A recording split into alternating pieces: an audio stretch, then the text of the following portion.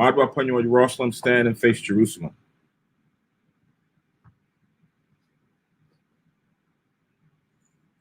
Blessing of the Sabbath.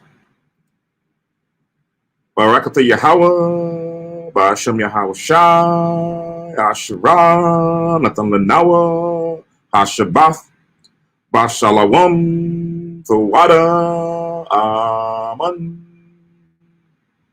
Blessed are you, Yahweh, in the name of Yahweh Shai, that gives to us the Sabbath and peace. Thank you, so be it. Ta'ayim Ma'ad Asherayim Akkad, Psalms 121. Anya Harayim Ayanyam Ya Oh Haharayim Ma'ayan Yabawa'a Isaiah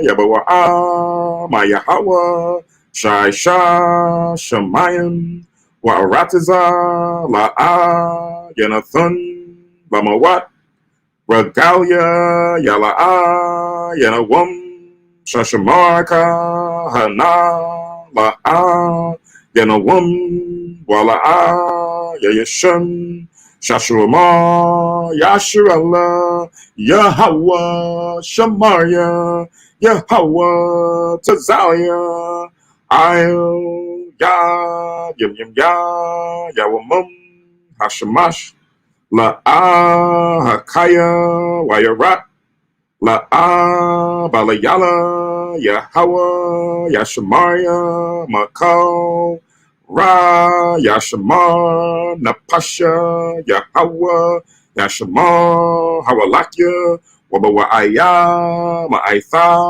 Wa'ai Iwalam Basham Yahweh Shai Thawada Amen.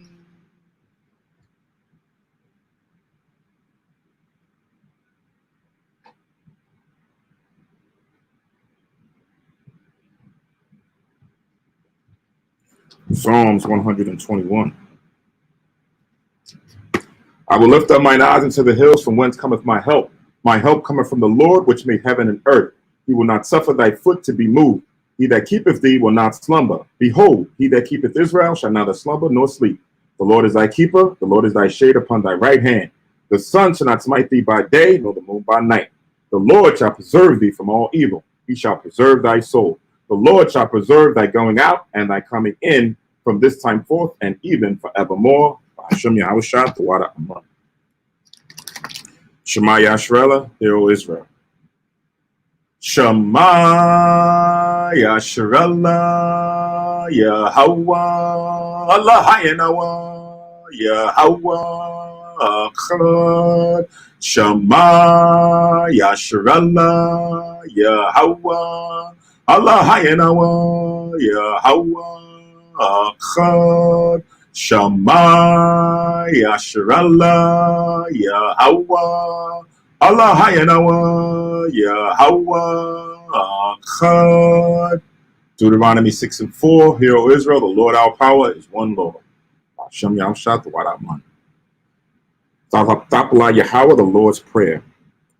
Abi Yanawa, Shabbat Shemayim, Kodash, Haya, Shamka, Yahweh, Malakwatha, Saba'a, Ratazawanka, Haya, Aisha, Ba'arataza, Ka, Bashamayim, Nathalanawa, Lakam, Yowum, Za, Wasalaklanawa, Kababathanawa, Kasalaknawa, Kababathyanawa, Wala'a, Habayanawa, O Nasayawan, Abo, Hawashinawa, Marai, Kaya, Laka, Hamalakwa, Waha'ala, Watha Parath, La'aiwalam, Amen.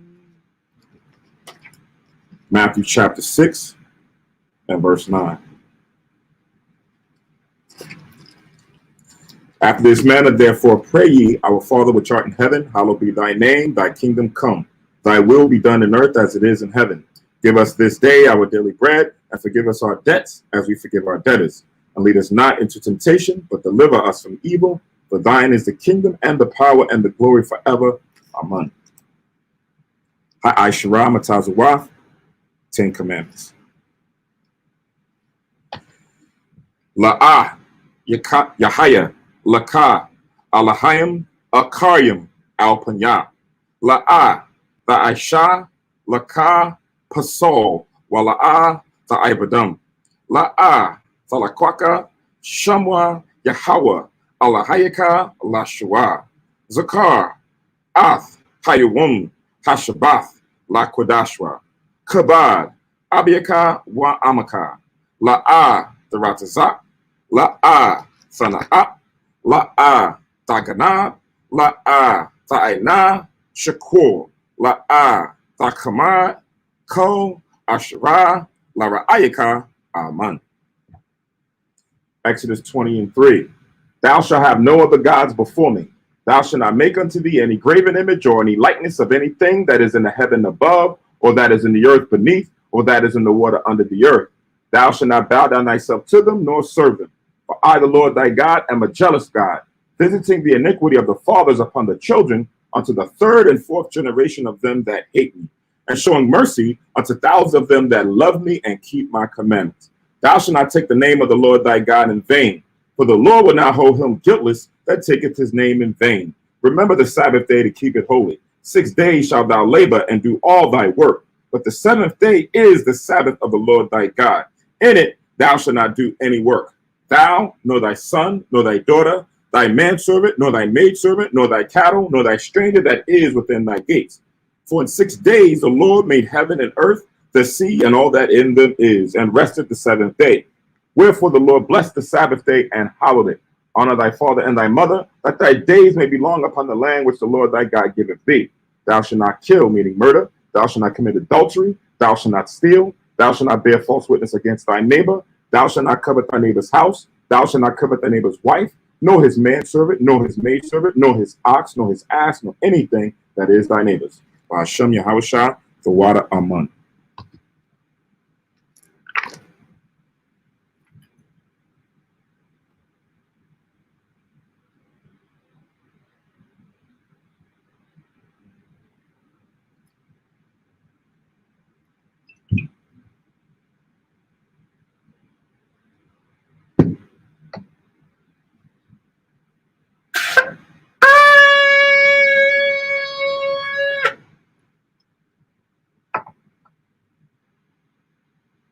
Barakatha Yahweh, Bahashem Yahushai, Ashra, Nathalanawa, Par Yahagapin, Thawada Amun, La Yahweh, Bahashem Yahushai, Ath Yasha'ala.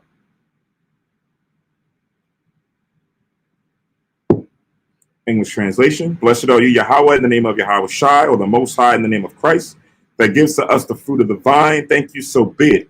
To Yahweh, in the name of Yahushai, with Israel.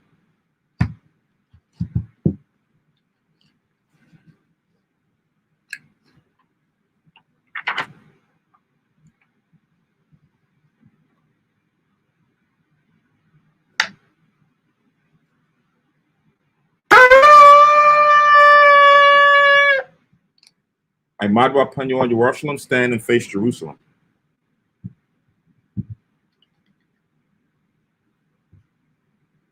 Barakatha Yahweh, Haggadah, Rakuam, Mabiyah, Wanara'a, Aliyawan, Malak, Shon, Shemayim, Wa'aratiza, Wako, Dabarim, Kayayam, Wagum, Hamashiyat, Mayahawa, Arawanawa, Ahabnawa, Hapalah, Yawaitiza, Yahawashai.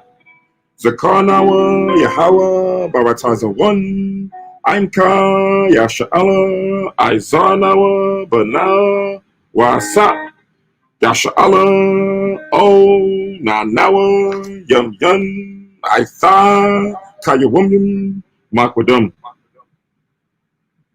Baba Kusha, Shalat, Mayaka'ala, Wahataza Wadat, Alahayim, La, Maganawa, Rapanawa, Rashama, Alnawa, Ba'aiko, Shalat, Haroka, Shon, Yahawashai, Lanawa, Lalamanawa, Rabian, Kakama, Tabawana, Wada'aith, Shal, Dabarka.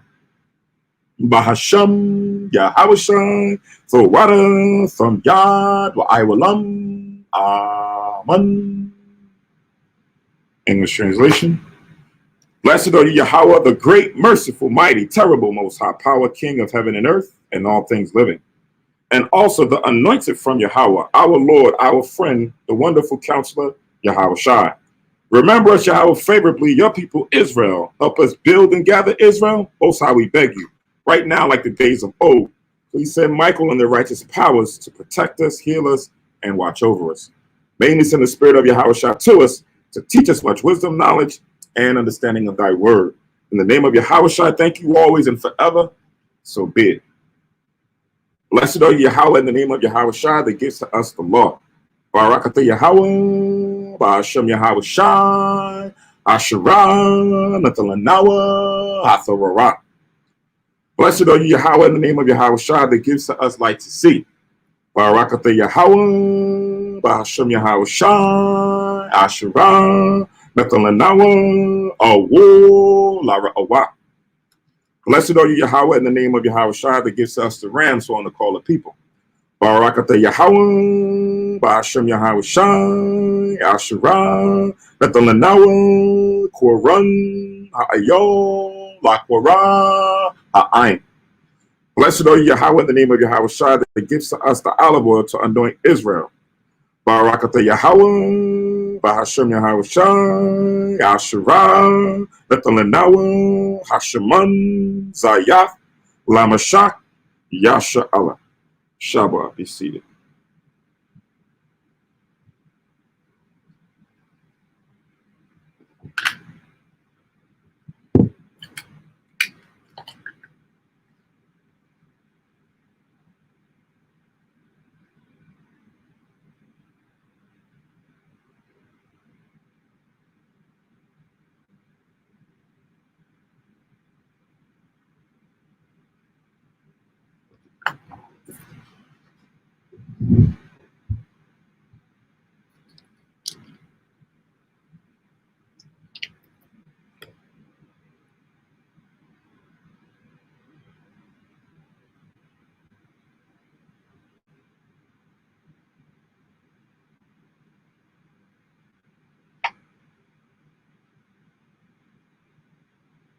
All right, shalom, shalom, peace and blessings to the nation of Israel. To those that's watching watching on the live stream, those listening to the teleconference, happy Sabbath or Shabbat in Hebrew. This is Hayashra Kanaz, which is the Congregation of Israel, located here on Germantown Avenue, Philadelphia, PA, where, of course, we teach the Most High's wisdom, his laws, his statutes, his commandments, the history, the prophecies, fruits of the Spirit, testimony, right, to make us understand what is required of us in these last days in order to be found worthy at the presence of Yahweh Shai in the last days coming. All right. So we come together on the Sabbath day to go through the Old Testament, the New Testament, the hidden books known as the Apocrypha, which is the completeness of the Bible, to bring out the truth of the Most High to the lost tribes of the nation of Israel, the 12 lost tribes, whose ancestors on their father's side, dating back at least 3 to 4 generations, if able to prove them, represent a portion of the lost tribes of Israel. Speaking of those whose ancestors are so-called Native American Indians, Seminole Indians, or the indigenous people who are here in North America, to include even Canada, right? Because we have some of our people who are also up there in the regions of Canada, not just here specifically in North America. All right. Also down in the Everglades, where you find a lot of the Seminole Indians. We also represent those who are known in Central and South America, known as the Hispanics, the Mexicans, Aztecs, Incas, so forth and so on. Right. Those also classified as being Latin Americans who came over here fleeing from the Assyrian captivity, as it's documented into the Holy Bible, that's how they originally came over here. And then later on, the Spaniards, conquistadors, the Dutch, all of them came over and conquered them and gave them these new titles.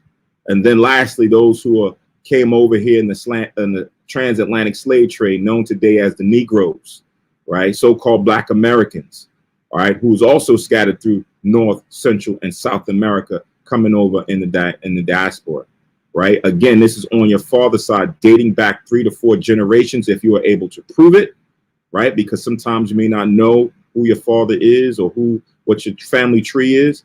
And that's why the Lord says in Romans the 8th chapter that the Spirit expressed with our spirit that we are the sons of the Most High.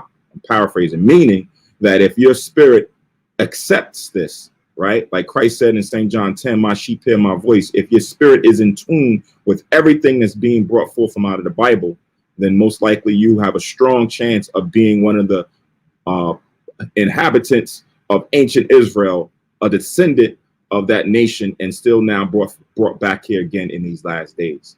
All right. So this is what we teach. We go through the scriptures, try to go through it and uncover every stone. There's a lot of hidden gems and tools that's found in the Bible that we try to bring out as best we can as the Lord sees fit and time permitting. So today we're going to be in the Old Testament. We're going to be doing Judges, the 9th chapter and the 10th chapter, picking up where we left off about approximately 3 weeks ago with the ending of the story of Gideon, also known as Jerubbaal. Right, his name was changed to Zerubbabel when he went and opposed the false Baal gods that was being worshipped by our people at that time. So at the end of it, when we left off in the 8th chapter, we're going to go back and read a little bit of it, and then we'll move forward into St. John, the 9th chapter. But before we do that, getting into the theme of this the Sabbath service, reading these chapters, I want to go to the book of Jeremiah, right? The book of Jeremiah, because it sets up what we're going to be going into as it pertains to the Sabbath service. Jeremiah, the 9th chapter.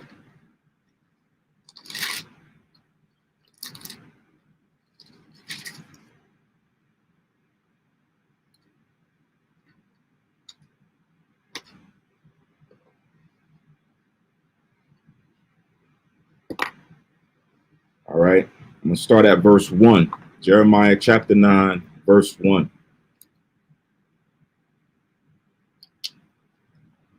It says, "Oh, that my head were waters and mine eyes as fountains of tears, that I might weep day and night for the slain of the daughter of my people."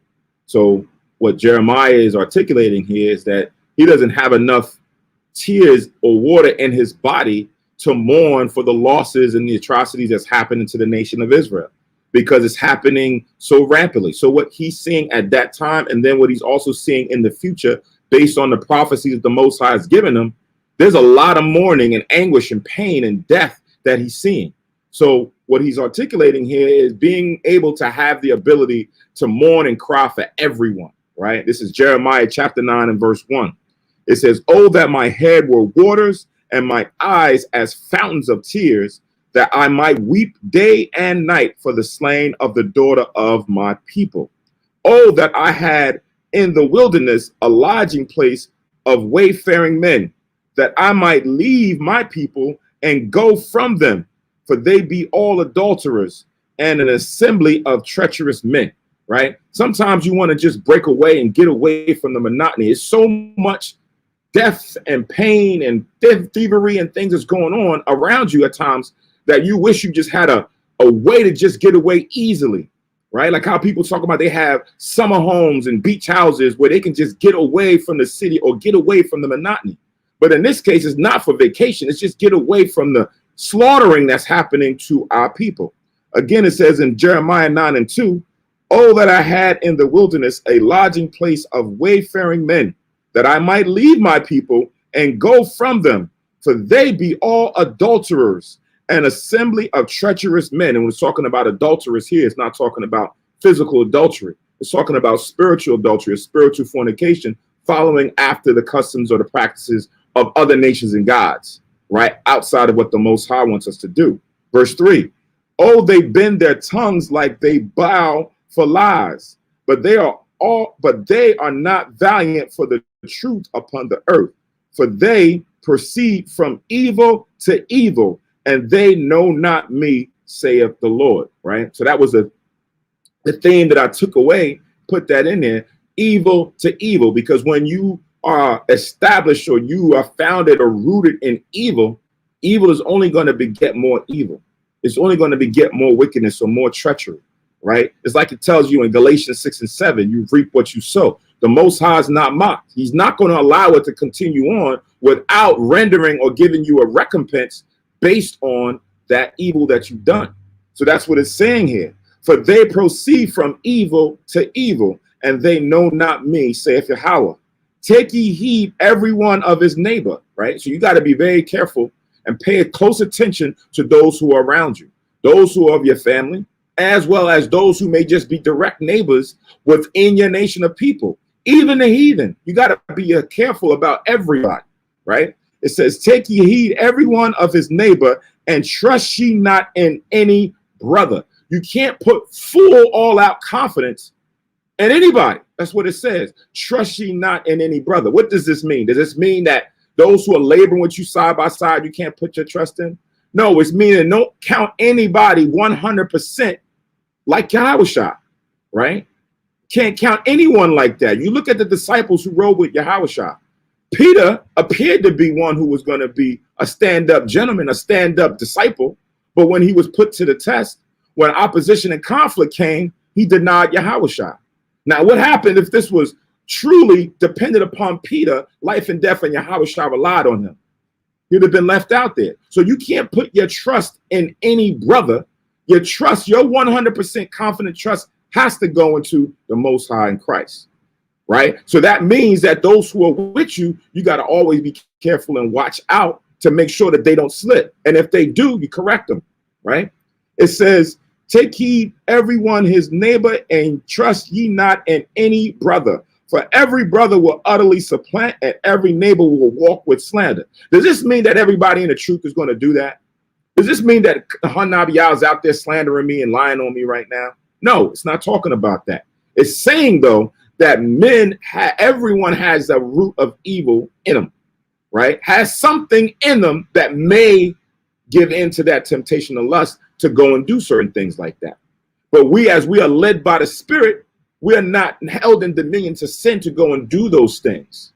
But has there been times where brothers have been in this truth and have not gotten caught up by Satan, because Satan is always there amongst us at every time, that they have not gotten caught up in different gossip and slanders and went and said something behind somebody's back and it comes back and you find out? Or the same thing with sisters?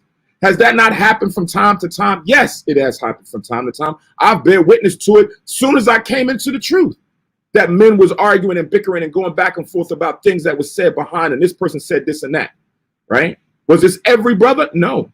But is this giving you the caution to make sure that you watch out for any person that may give you the signs that they might do this, right? It says, and they will deceive everyone his neighbor and will not speak the truth. They have taught their tongue to speak lies and weary themselves to commit iniquity.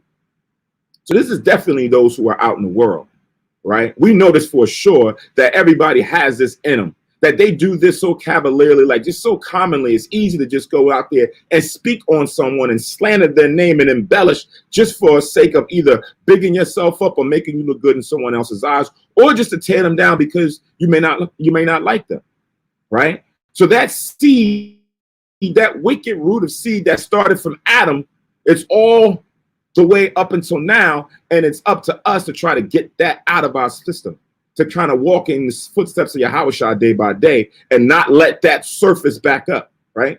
So it says, thine habitation is in the midst of deceit, right? Through deceit, they refuse to know me, saith the Lord. So our dwelling place right now in this setup is full of deceit, right? Your parents may do something treacherous to you. Your children may do something treacherous to you. Someone who you confided in, after, you may have a good week or two, and all of a sudden, one day it comes up like, I can't believe that person said that, right? Because the energy that we are in right now is full of that type of deceit, right? It says, thus saith Yahweh, Lord of hosts, behold, I will melt them and try them, for how shall I do for the daughter of my people, right? So those of us, all of us, when he talks about these, he's going to melt them and try them, meaning we're going to have to be put to the furnace of affliction, right? We're going to have to be put to the test to see if we can stand on the side of righteousness, right? That we won't give in to that old man or that old woman where we just do these things because that's what society, or that's what the world is catered to do, right? It says their tongue is as an arrow shot out. It speaketh deceit. One speaketh peaceably to his neighbor with his mouth, but in heart he layeth his weight, right? Just biding time, right? Waiting to take your position, or waiting for the opportunity to now move you out the way to get what you have, whether it be something figurative or literal, right? Tangible. This is the type of energy that is now within Israel. We're not talking about the heathen, because we know the heathens don't have the law. They don't have the Most High. But Israel, who was supposed to be the Most High's apple, right? The apple of his eye, his chosen, his peculiar people, we denied him. And when we denied the Lord, we allowed all these other different types of spirits to come into our nation and destroy. And that's what now we're reading. So now when we jump into Judges, the 9th chapter, right? We're going to now get into this type of treachery and deceit that happens amongst brothers, right? Happens amongst men, happens within our nation, all right? So I read from Jeremiah chapter 9 all the way down to verse 8, but it goes all the way to 11, all right? I just stopped at 8. Again, that was Jeremiah chapter 9, 1 to 8. All right, so we're going to proceed further with the Sabbath service lesson in Judges, the 9th chapter. But before we read the 9th chapter, I'm going to jump back to the 8th chapter just to tie the story in. Judges chapter 8, and I'm going to pick up from verse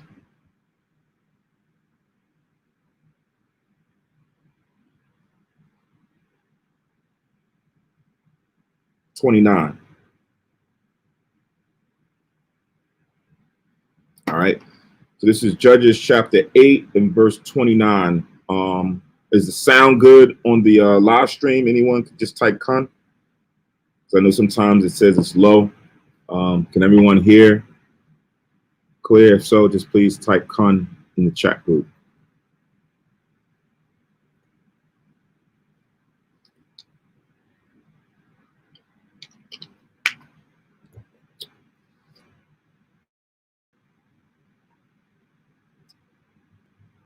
Water. Okay, so let's proceed on. This is Judges chapter 8 and verse 29. It says, and Jerubbaal, the son of Joash, went and dwelt in his own house. So remember, Jerubbaal is the same thing for Gideon. These have two different names. One is like a surname. Jerubbaal is the surname given to Gideon. Verse 30. And Gideon had 70 sons of his body begotten, for he had many wives. So this man Gideon had 70 women, 70 wives, right? 70 sons by these many wives, right? 70 sons. That's a lot of sons to have by one man when you put it in context. But at the time where he had now delivered Israel, he had now brought peace in the land, and he acquired or attracted many women, and he had children by them. And the Most High had it where he brought forth a lot of these children, a lot of these sons, male sons, right? It says, verse 31, and his concubine that was in Shechem, she also bare him a son whose name he called Abimelech, right? So now here it is that within these 70 sons, he had a concubine of Shechem. Now Shechem is going to be very specific as to why it's highlighting the place or the city or the people, and this woman that came from out of them that now he bare a son to, right?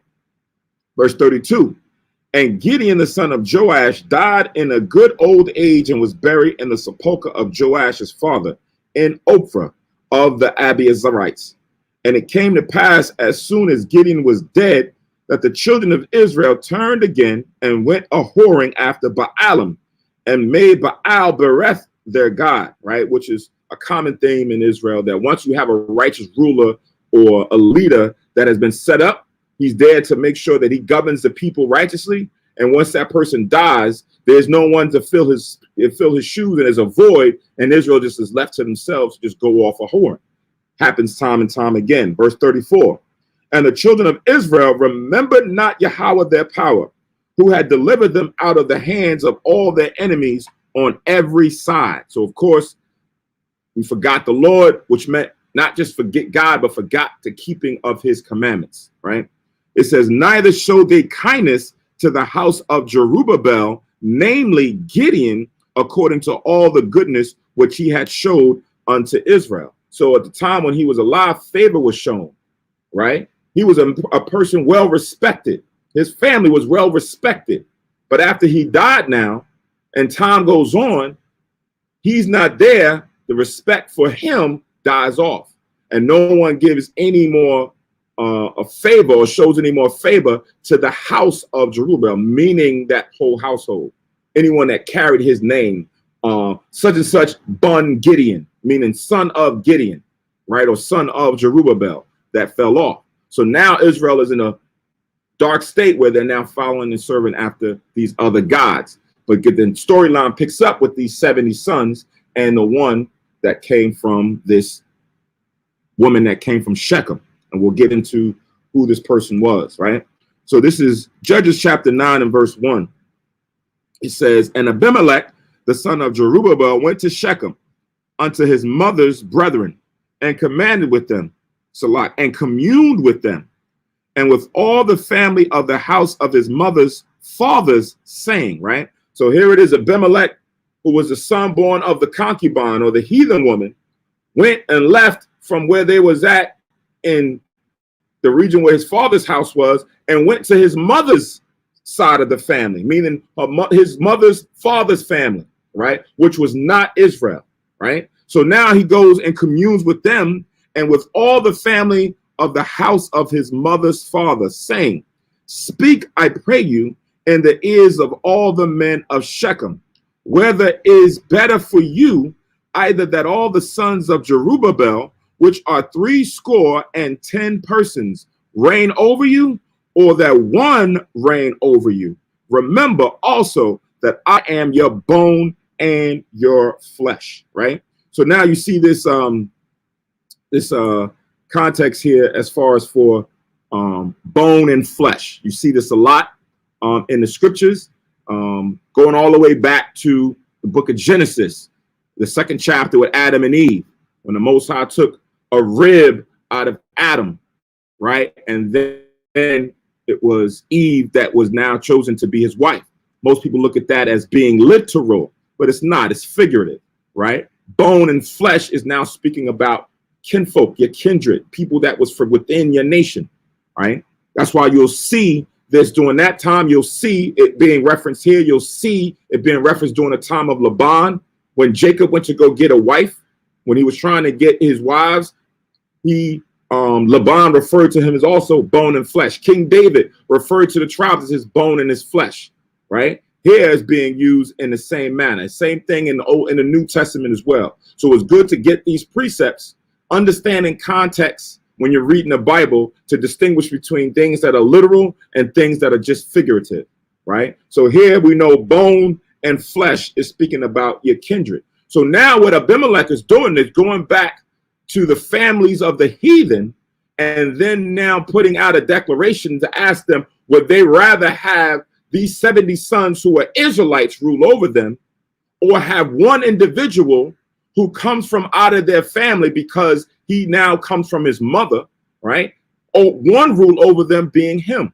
Of course, we would know what the answer would be, right? If these are people of another nation and may not have the same culture and characteristics and gods they serve, so forth and so on, and you have one that's of your people, you would rather have one of your people reign over you.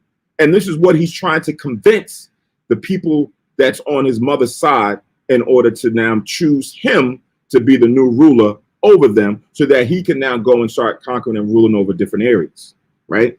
So I'm gonna read it again, Judges 9 and 2. Speak, I pray you, in the ears of all the men of Shechem, whether it is better for you either that all the sons of Jerubbaal, which are 70 persons, reign over you, or that one reign over you. Remember also that I am your bone and your flesh.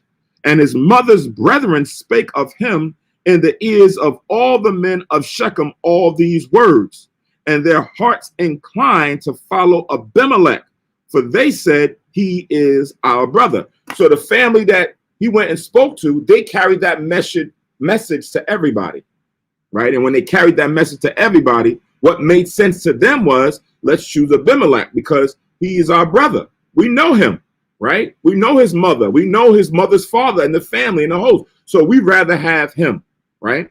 It says in verse 4, and they gave him 70 pieces of silver out of the house of Baal Bereth, wherewith Abimelech hired vain and light persons which followed him, right? So now here it is as a testimony to confirm it. They gave him money, the same amount of money as it was sons, to go now and take this charge so that he now can be the one that's going to be set up to rule over them, right? But it says that he hired vain and light persons which followed him, meaning they were like yes men. These people didn't really have wisdom to help him rule or to help him, counsel and do certain things. These are vain people. These are nobodies, right? Lightheaded. These are what they say, light person. You know how they talk about people who are blind, like they're airheads, ditzy. This is kind of like what these men were that was set up to roll with Abimelech. Go to Proverbs, the 12th chapter.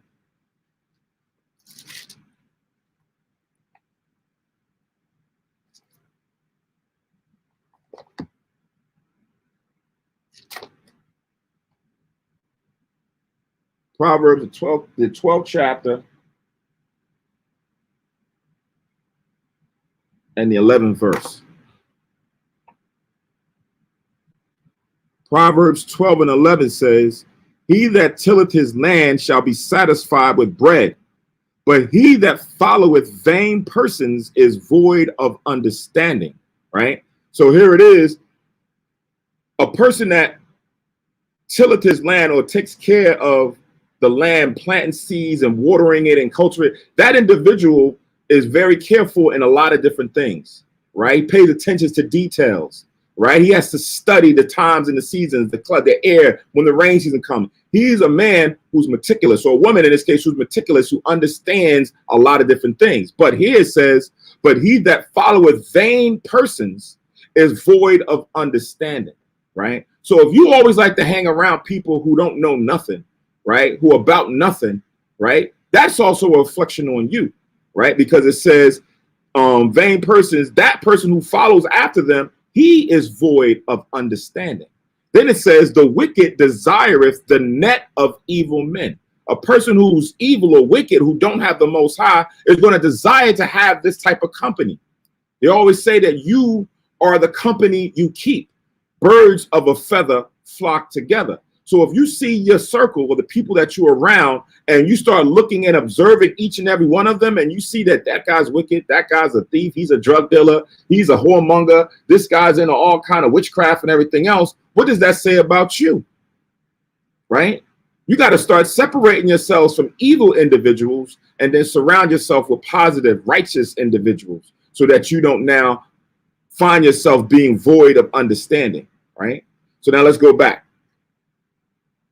So that was Proverbs 12 and 11 to 12.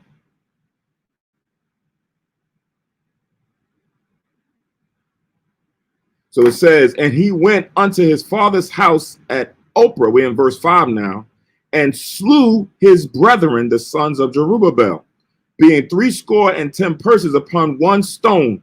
Notwithstanding, yet Jotham, the youngest son of Jerubbaal, was left, for he hid himself. Right? So here it is. He's thinking to go and slay these 70 sons because he's now got these vain individuals who's telling him to go murder these men. Right? That's what we read in the law. We read in the 10 Commandments, thou shalt not kill, which means murder. Right? There's righteous killings and then there's unrighteous killings. Unrighteous killings is murder. Right? So now when you go out to war, you go out for defending yourself or what have you, and you are killing individuals, that's not murder because you're defending yourself. They are now coming to kill you. But in this case, an innocent life who has done nothing to you, no harm, they're not trying to invade your land or anything. They're going to go and murder these men. This is wickedness. And it's all set up by Abimelech, right? Who was one of the sons of Jerubbaal or Gideon, right? Who went and conspired with these other men to come and murder these men to get the position that he desired. So I'm gonna read it again, verse 5. And he went up unto his father's house at Ophrah and slew his brethren, the sons of Jerubbaal, being 70 persons upon one stone. Notwithstanding, yet Jotham, the youngest son of Jerubbaal, was left, for he hid himself. So out of the sons that they went to go murder, the youngest one dipped away, right? Was the spirit had it where he was able to find out what was going on, and somebody or he himself went and hid himself away from everybody else, right? Like we read in Jeremiah 9, this is something that happens from time to time, right? You read the scripture, go to 2 Kings, the 11th chapter. 2 Kings, the 11th chapter.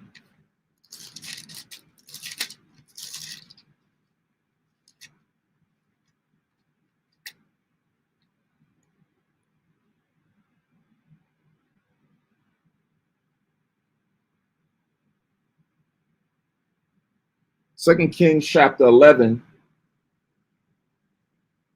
verses 1 and 2. Actually, I'm gonna stop at 3. This is 2 Kings chapter 11 and verse 1.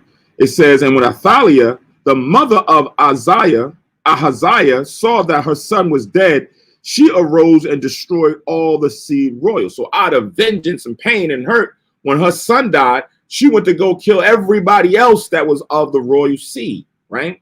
She went on a campaign to murder, right? Verse 2, but Jehosheba, the daughter of King Joram, sister of Ahaziah, took Joash, the son of Ahaziah, and stole him from among the king's sons, which were slain. And they hid him, even him and his nurse, in the bedchamber from Athaliah, so that he was not slain. And he was with her hid in the house of the Lord 6 years, and Athaliah did reign over the land. So here's another account where someone went to go murder innocent men, right? And then the spirit had it where someone came and took the child because it's of the royals, took the child and then hid him away so that he would not be slain with the rest of his brothers, right? So in this case, almost parallels the same thing here with Joram, where they're looking to come. Abimelech, his brother, is coming to murder the rest of all his other brothers, right? Found out about it and then hid himself away from them to remove himself from being slain, right? So this is what we are reading, almost the same thing, murder happening and someone getting away and being able to hide from the wickedness, right? You see this sometimes. I watch these Dateline NBCs and Forensic Files and all this, and you'll find out, it usually happens a lot with Esau, but you know, very, very seldomly you'll see things happen like that with Israel. But that spirit that's in the world, that treacherousness that we read in Jeremiah 9, sometimes even trickles to us. And you'll find family members even murdering their own family members, right? Saw a daughter just murder her mother, convince her brother to go and kill another man to say that he did it when it was always her, right? And you say to yourself, man, how could someone just go out there and murder their own family members? How could someone go out there and murder 70 of their brothers? Because not only is he wicked, but then he went and got vain fellows, light-hearted, light-headed, without wisdom men who are not going to say, brother, you shouldn't do that. That's your brother. That's wicked. That's murder. You don't know that that same evil that you're putting out, that quote unquote karma, you reap what you sow, is going to come back. They're not men of understanding, and they led him to go and do this wickedness, right? So it says again in verse 5, and he went unto his father's house at Ophrah and slew his brethren, the sons of Jerubbaal, being 70 persons upon one stone, right? So one after another. Imagine you seeing your brothers being murdered or killed, like you read in the Apocrypha with the woman with the sons who was forced to eat swine's flesh. And you're watching the one go up and being murdered, then the next one being murdered, and the next one being murdered, all upon one stone they were killed, right? It says, and notwithstanding, yet Jotham, the youngest son of Zerubbabel, was left, for he hid himself. It says, and all the men of Shechem gathered together, and all the house of Milo, and went and made Abimelech king by the plain of the pillar that was in Shechem. And when they told it to Jotham, he went and stood in the top of Mount Gerizim, and lifted up his voice and cried and said unto them, hearken unto me, ye men of Shechem, that God may hearken unto you. Right? So here it is that now after time passes and they go and raise him up, right? Raise up his house, make him king by this area that's in Shechem. He now comes and sets himself up in Mount Gerizim. Now, if you remember the history about Mount Gerizim, this was a mountain that the Most High had Moses go and anoint to say, this is where you're going to go and speak blessings and cursings from, right? Go to the book of Deuteronomy just to get some information about Mount Gerizim. Go to the book of Deuteronomy, chapter 11.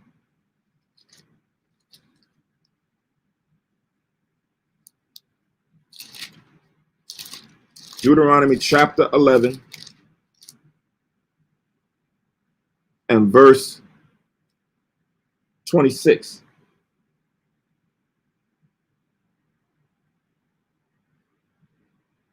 Deuteronomy chapter 11 and verse 26. So now Deuteronomy chapter 11 verse 26, it says, behold, I set before you this day a blessing and a curse. A blessing if you obey the commandments of the Lord your God, which I command you this day. And a curse if you will not obey the commandments of the Lord your God, but turn aside out of the way which I command you this day to go after other gods which ye have not known. Now here it is. It says, and it shall come to pass when the Lord thy God have brought thee in unto the land whither thou go to possess it, that thou shalt put the blessing upon Mount Gerizim and the curse upon Mount Ebal, and they not on the other side, and they not on the other side Jordan, by the way where the sun goeth down in the land of the Canaanites, which dwell in the Champaign over against Gilgal, beside the plains of Moreh. Right? So this is now letting them know that when they get in the land, there's going to be these two mountains. And on these two mountains, one called Gerizim, one called Ebal, you put the blessings that the Most High is going to give to the nation of Israel through the law, and then you put the cursings on the other side. Right? This is now how the Most High was now going to set up testimony to judge between the two nations, between these two mounts. Right? Now, go to the book of chapter 27. Same book of Deuteronomy. Deuteronomy chapter 27. And now we're going to go to verse 9 of Deuteronomy chapter 27. Again, we just highlighting this Mount Gerizim that Jotham is standing on, speaking to Abimelech, now made king, and the rest of the men of Shechem and those that were around at that time. So this is Deuteronomy 27 and 9. It says, and Moses and the priests, the Levites, spake unto all Israel, saying, take heed and hearken, O Israel, this day thou art become the people of the Lord thy God. Thou shalt therefore obey the voice of the Lord thy God, and do his commandments and his statutes which I command thee this day. And Moses charged the people the same day, saying, these shall stand up upon Mount Gerizim to bless the people when you come over Jordan, Simeon and Levi and Judah and Issachar and Joseph and Benjamin. And these shall stand upon Mount Ebal to curse Reuben, Gad, and Asher, and Zebulun, Dan, and Naphtali. And all the Levites shall speak and say unto all the men of Israel with a loud voice. And as you read down, it's going to go through blessings and cursings and things of that nature. So the law was going to go forth between these two mounts, or from these two mounts. It didn't mean that the tribes that was on the blessing side were the righteous, and the ones that was on the Mount Ebal, the curses, were wicked. No, it was just now the place where Israel would stand to hear the judgment of the Most High. That's why Jotham chose to stand upon Mount Gerizim, because this was something that was a part of us in the law to do, right? Just to give you a little hindsight. So now let's go back. to Judges chapter 9. So now we are Judges chapter 9 and verse 7.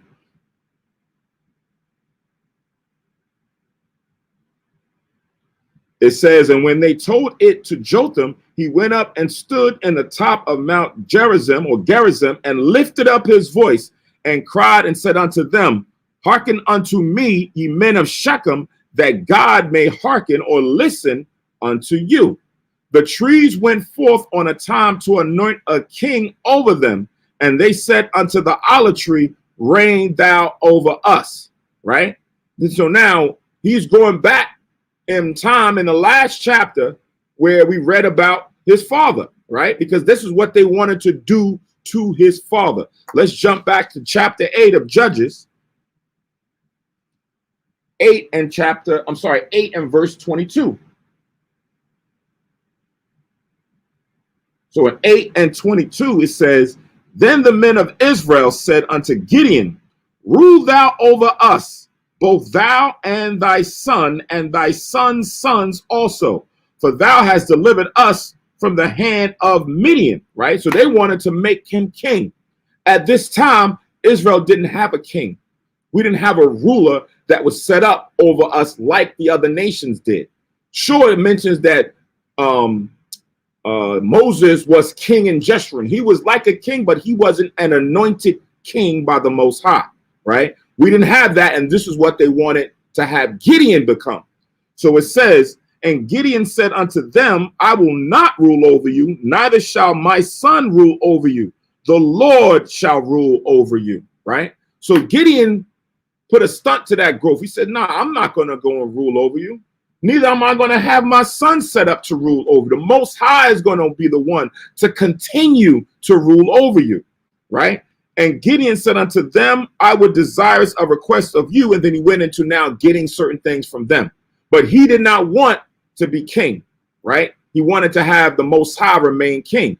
But now this is playing into what now just happened with Abimelech, because Abimelech, that wicked son, he wanted to be king, and he set himself up to be king by going and having his other brothers murdered, right? So now when we come back to the storyline here in Judges chapter 9 and verse 8, it's talking about trees, right? It says the trees went forth on a time to anoint a king over them. And they said unto the olive tree, reign thou over us. So when we have verses like this, right? And you will be able to put that precept to understand that this just happened with Gideon. Now we see how the Most High uses similitudes and wordplay with words, so that when you're reading a lot of these storylines in the Bible and you read about different animals, or you read about different trees, or you read about different types of waters and things, the Most High is just using similitudes, but he's still talking about people or men, right? Go to the book of Psalms, chapter 92. The book of Psalms, chapter 92.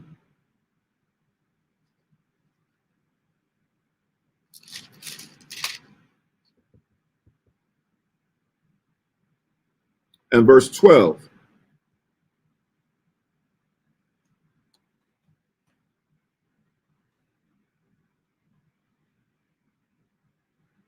Psalms 92 and 12. So it says, the righteous shall flourish like the palm tree. He shall grow like a cedar in Lebanon, right? So here it is. When it's talking about the righteous, it's talking about men, right? And when it's talking about these righteous men, it's now comparing them to trees. The righteous is going to be like a palm tree, right? He's going to grow up and be like a cedar in Lebanon. The cedars are very tall trees, very strong, tall trees. So the Lord said righteous men is going to be now equated to being like trees in the earth, right? Go to the book of Psalm chapter 52. Stay in the chapter of, say in the book of Psalm, go to the 52nd chapter. Psalms 52.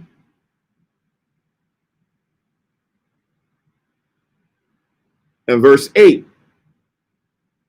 It says, but I am like a green olive tree in the house of God. I trust in the mercy of God forever and ever, right? So again, now man is now calling himself in this psalm here that I am like a green olive tree, right? One of our most prized harvest fruits that we break or vegetables that we bring in was the olive tree, right? That's how we make olive oil and different things that come from the Middle East. We was doing that, right? Along with grapes and other things. But now when it comes to us representing ourselves like trees, we're like olive trees, palm trees, cedar trees, and different other trees that we're going to go back and read in Judges, the 9th chapter. Now go to Psalms, the 1st chapter. Psalms, the 1st chapter. Again, this is beautiful precepts to bring up when you're now looking at context, how words now have different contexts. Because sometimes a tree is just a tree. In other contexts, a tree is talking about men, right? And that's what we're reading about here. Psalms, the 1st chapter and the 1st verse. It says, blessed is the man that walketh not in the counsel of the ungodly, nor standeth in the way of sinners, nor sitteth in the seat of the scornful, right? So this is what we're talking about earlier, that those who are wicked men like to surround themselves with evil men, right? They like to surround themselves with a net of evil men. But the Most High's, those who are righteous men, don't want to be in the counsel of the ungodly, don't want to stand in the way of sinners or be in their company. Right? Verse 2 says, but his delight is in the law of the Lord, and in his law doth he meditate day and night. He's checking out these precepts. He's going into it and being built up. Built up to what? Verse 3 says, and he shall be like a tree planted by the rivers of water, that bringeth forth his fruit in season. His leaf also shall not wither, and whatsoever he doeth, he shall prosper. Right? So that verse is heavy because it's talking about the men being like a tree by a water, right? And then now, once you are now this tree by the water, guess what? It's going to have leaves, right? The leaves now is going to come from this tree and bring forth fruit in his season. So now it's just taking the tree and then taking it to another level that you read about in other precepts, as far as for the leaves being the healing of the nations and things of that nature. And you're like, well, what's the leaves talking about? How do you heal nations with leaves? Is it talk about medicine that you put on your body, you make tea with and you drink? No, it's talking about this knowledge, right? This is how you heal the people, with the knowledge, wisdom, and commandments of the Most High.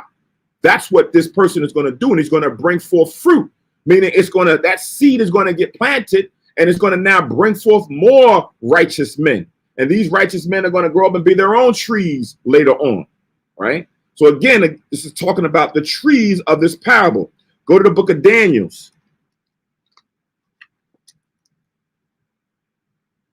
Go to the book of Daniel, the 4th chapter.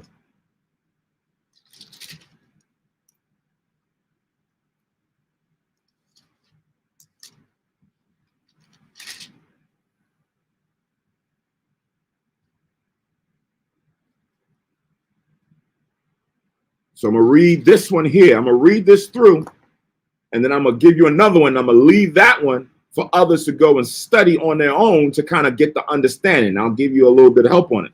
So this is Daniel chapter 4 and verse 9. It says, O Belshazzar, master of the musicians, because I know that the spirit of the holy God is in thee, and no secret trouble thee, tell me the visions of my dream that I have seen and the interpretations thereof, right? So now they're coming to Belshazzar, who was really Daniel, right? Nebuchadnezzar just had a dream that he couldn't interpret. And now he's going to his magicians and they couldn't break it down. So he's coming to Daniel to now give the understanding or the sense. It says, verse 10, thus were the visions of my head and my bed. I saw and behold a tree in the midst of the earth, and the height thereof was great. The tree grew and was strong, and the height thereof reached unto heaven, and the sight thereof to the end of all the earth. The leaves thereof were fair, and the fruit thereof much, and in it was meat for all, the beasts of the field and the shadow under it, and the fowls of the heaven dwelt in the bowls thereof, and all flesh was fed of it. And I saw in the visions of my head upon my bed, and behold, a watcher and an holy one came down from heaven. And he cried aloud and said thus, hew down the tree and cut off his branches, shake off his leaves and scatter his fruit. Let the beast get away from under it and the fowls from his branches. Nevertheless, leave the stump of his roots in the earth, even with a band of iron and brass in the tender grass of the field, and let it be wet with the dew of heaven, and let his portion be with the beasts in the grass of the earth. Let his heart be changed from man's, and let a beast's heart be given unto him, and let 7 times pass over him.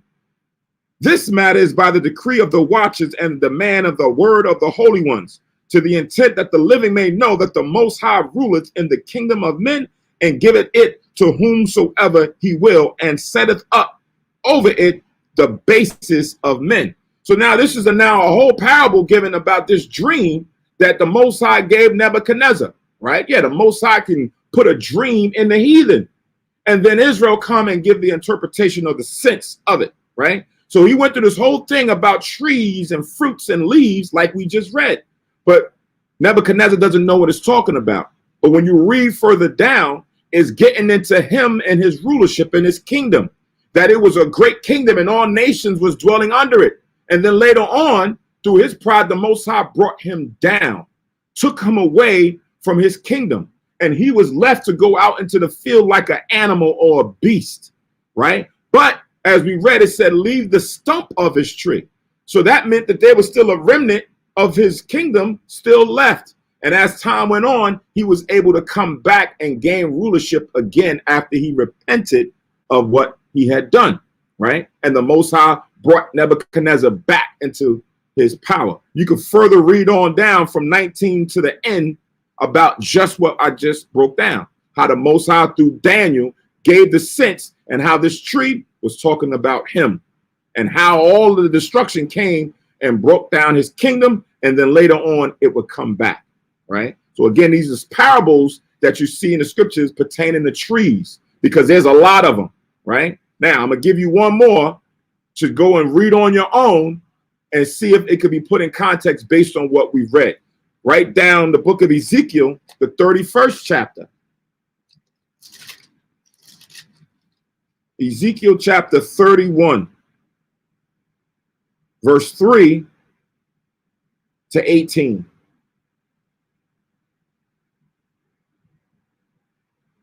Again, that's Ezekiel chapter 31, verses 3 all the way to 18. When you read this storyline, right, it's really going back to the Garden of Eden with Adam and Eve.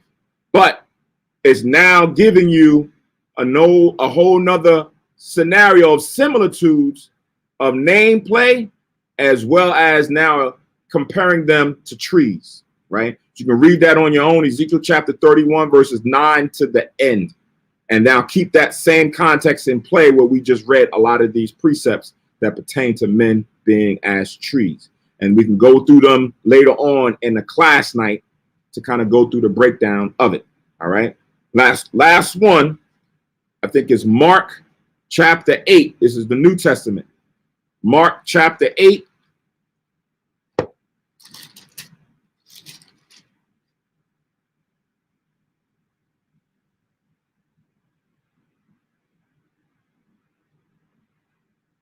Mark chapter 8, 22 to 25.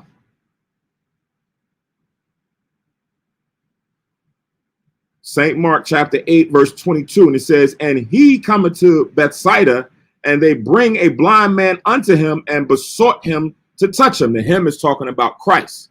So Christ has come to Bethsaida. And it says, and he took the blind man by the hand and led him out of the town. And when he had spit on his eyes and put his hands upon him, he asked him if he saw out. So like if he saw aught, meaning could he see now after he just done this? And he looked up and said, I see men as trees walking. After that, he put his hands again and put his hands again upon his eyes and made him look up, and he was restored and saw every man clearly, right? So now Even though his eyes was blurry, he made the comparison to these men, including Christ, being as trees. And as you read other precepts in the New Testament, it's the same context where you're going to see men, righteous men, being as trees rooted by good waters so that they can bring forth good fruit, right? That's a lot of the wordplay that Christ uses in the Gospels, in his parables, for the men, the disciples that rode with him in order to bring forth their fruit as well, all right? So now let's go back to Judges chapter 9 and read up in this parable that the brother Jotham was about to break down, right? So this is Judges chapter 9 and verse 8 again. Let's read what Jotham said. The trees went forth on a time to anoint a king over them, and they said unto the olive tree, reign thou over us.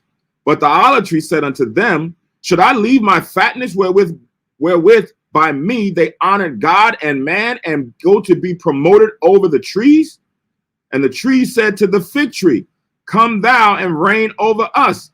But the fig tree said unto them, should I forsake my sweetness and my good fruit, and go to be promoted over the trees? Then said the trees unto the vine, come thou and reign over us. And the vine said unto them, should I leave my wine which cheereth God and man, and go to be promoted over the trees? So now you have it where the people is looking to elevate someone over them. And men are like Gideon. They didn't want to go and be over the nation. They wanted to leave that to the Most High and continue to praise the Most High, right? This was righteous men understanding that that's not, or should not have been a position for them. Let the Most High continue to reign over us. But now watch this. Remember, these was trees that they went to ask. Then it says in verse 13, and the vine said unto them, Salak, verse 14, it says, then said all the trees unto the bramble, come thou and reign over us. Now, bramble is not like a tree. It's like little bushes, right? It's not a tree that stood up that has its branches and fruits and leaves and things that come over. It's just a little brush, right? So now they've left these righteous men and they've gone to the what? Baser sort, those who didn't have wisdom or knowledge or understanding, right? It says again, then said all the trees unto the bramble, come thou and reign over us. And the bramble said unto the trees, if in truth ye anoint me king over you, then come out and put your trust in my shadow. And if not, let fire come out of the bramble and devour the seed of Lebanon. So it's interesting that it says, if you put your trust in me, then come up under my shadow. A bramble or a bush or a thicket doesn't have much shadow like a tree does, right? No one, when the sun is beaming down on them and they're looking for protection, they're looking for that shade, do they say, let me go stand under a bush or stand under this bramble? You go and try to find the biggest tree with the biggest branches and full of leaves to protect you and give you that comfort and shade that you need. But now here is a bramble asking for trust in them for support, right? Hold this, go to the book of Luke. Go to the book of Luke chapter 6.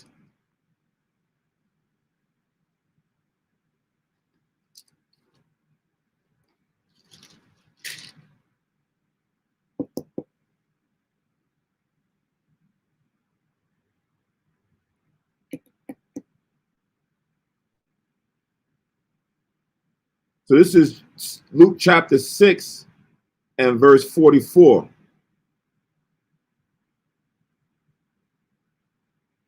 It says, for every tree is known by his own fruit. So you're going to have righteous trees, and you're going to have some corrupt ones, some wicked ones, right? That has to be hewn down, that got to be chopped down. There's parables about that where Yahushua is speaking about cutting down certain fig trees because it doesn't have any branches or any leaves or anything on it. Shake it down, right? But the disciples asked Christ to give it time. Maybe it'll get itself together. So here it says, for every tree is known by his own fruit, for of thorns men do not gather figs, nor of a bramble bush gather they grapes. So you don't go to these types of things to get this type fruit. You don't go to thorns to gather figs, right? You don't go to a bramble bush to gather grapes, right? And these figs and this grape is now symbolic of the people that you're trying to go and teach and rear up. You're not going to go to these types of things in order to reap that fruit. So here's letting you know that the bramble bush in context is wicked, right? It's not where you would go to gain righteousness or seek to find glory or wisdom or knowledge and understanding. So this is what is now in this parable that we're reading back here in Judges, right? This bramble is asking for now, trust from the other people, from the trees, to say, yeah, y'all come follow me. But if you do, put your trust in me. If y'all don't trust me like that, fire is going to come down and destroy you, right? So now, like they say, every idle word that you speak will come back on you. So this is what now Jotham is bringing out as a testimony to what just happened with them raising up Abimelech to be king, right? He's now putting a testimony, standing on Mount Gerizim, one of the mounts where blessings and cursings go out from, right? So he was strategic in doing that. He was a son that understood history and the importance of these different things to even bring this forward. So again, I'm going to read verse 15, going back to Judges 9 and 15. And the bramble said unto the trees, if in truth ye anoint me king over you, then come and put your trust in my shadow. And if not, let fire come out of the bramble and devour the cedars of Lebanon. So it's a gift and a curse on either side of this that he's now about to set up with Abimelech and the people, right? Verse 16. Now, therefore, if ye have done truly and sincerely in that ye have made Abimelech king, and if ye have dwelt or dealt well with Jerubbaal and his house, and have done unto him according to the deserving of his hands. Meaning, right? If you brothers, if you men, right? If you men, I should say, brother, if you men have done this in honesty, meaning if you raise him up because he's the right person to be king, right? He's the right successor to follow after Gideon, my father or our father, to be now set up to lead over the people. If you've done this, cool, no problem. If you have no blood on your hands for some of the things that you've done, cool, Most High be a witness. Verse 17, for my father fought for you and adventured his life far and delivered you out of the hand of Midian, right? So he's speaking directly to those Israelites that now are amongst them that he is now set up over as well, right? Gideon went and fought to deliver us out of the hand of Midian, right? It says, and ye are risen up against my father's house this day, and have slain his sons 70 persons upon one stone, and have made Abimelech the son of his maidservant king over the men of Shechem, because he is your brother, right? So he didn't leave that part out. He brought it up that you made him king, and it might appear that you've done this in sincerity and righteousness, but let's not forget that my father fought for this place. My father fought and defended you, and you went and killed 70 of his sons. This is what they're thinking, that they killed 70 of his sons. Jotham being of that, but had escaped and left, hid himself, and now is coming back to give testimony and bear witness of what just happened to these people, right? It says in verse 19, if ye then have dwelt, so I keep saying dwelt, if ye then have dealt truly and sincerely with Jerubbaal and with his house this day, then rejoice ye in Abimelech, and let him also rejoice in you. But if not, let fire come out from Abimelech and devour the men of Shechem and the house of Milo, and let fire come out from the men of Shechem and from the house of Milo and devour Abimelech, right? So again, what he did was he set up a blessing and a curse from off of Mount Gerizim. He couldn't be in two mounts at the same time, so he stood on Mount Gerizim and let forth the charge, right? So now he's let it to be left alone based on their righteousness or their wickedness. And we already know from reading in the previous verses that they went and did murder, right? So we know what should follow afterward. Now watch this. It says, verse 21, and Jotham ran away and fled and went to Beer and dwelt there, for fear of Abimelech, his brother, right? And you'll see that. Now, after he made this declaration, standing on Mount Gerizim about his brother, we're pretty sure King Abimelech knows that how he got that position was through treachery and wickedness and murder. So now what does he want to probably do is go stunt his growth and go take him out of the way. So Jotham, knowing that this is what most kings or most people in position would want to do, is to go kill the individual who said these things. He broke out and hid himself and fled and left him to his judgment, right? So this is where we are now. The murder has happened. Abimelech is raised up king. And now the blessing and the cursing from one of the sons, Jotham, has now just been set up on the other brother who was from this concubine, right, from Shechem, to now see what fate is going to befall him. So now let's read on. We have verse 22 now, right? So Judges chapter 9, verse 22. When Abimelech had reigned 3 years over Israel, right? So we're 3 years into his reign. So imagine that, right? We knew that Abimelech had done wickedness, but 3 years in, nothing happened, right? Nothing happened. So he was ruling. He was probably having good old times, banquets, parties, had women, doing all these different things, and time is going on. So if you're a person who's seeing this and observing Abimelech, if you lived during that time, you're saying, man, I can't believe, what is God doing? A year going by, he's still a king, and he's got more land, and he's doing all kinds. 2 years went by, 3 years went by. You like, man, maybe he was good. Maybe he was righteous. Maybe the Most High doesn't care, right? That's what happens sometimes with man's thinking, that we see some wickedness go on, and it's not at our timetable that the Most High's judgment comes, but it's at his timetable. It's always the right time, right? Because we don't know the other things that are now needing to happen surrounding when the judgment is going to come down on an individual. All right. So now verse 23. Then God sent an evil spirit between Abimelech and the men of Shechem. And the men of Shechem dealt treacherously with Abimelech. Right. So now after 3 years, now the Most High sent that evil spirit to now cause dissension between them, between the king and the men that were supporting him at that time, right? So write down, go to Isaiah, not 1 Samuel, Isaiah, chapter 19.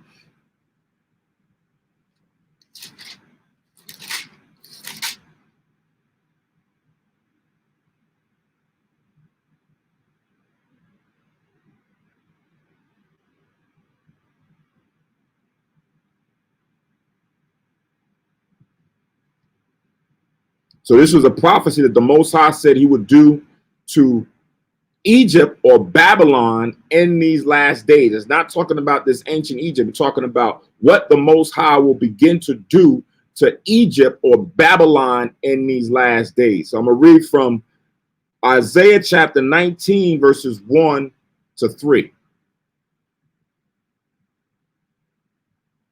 It says, the burden of Egypt, behold, the Lord rideth upon a swift cloud, and shall come into Egypt, and the idols of Egypt shall be moved at his presence, and the heart of Egypt shall melt in the midst of it. And I will set the Egyptians against the Egyptians, and they shall fight every one against his brother, and every one against his neighbor, city against city, and kingdom against kingdom. Right. So it's kind of giving you the insight that we're not talking about like how the ancient Egyptians were. Right. Because now this is going into Esau's kingdom.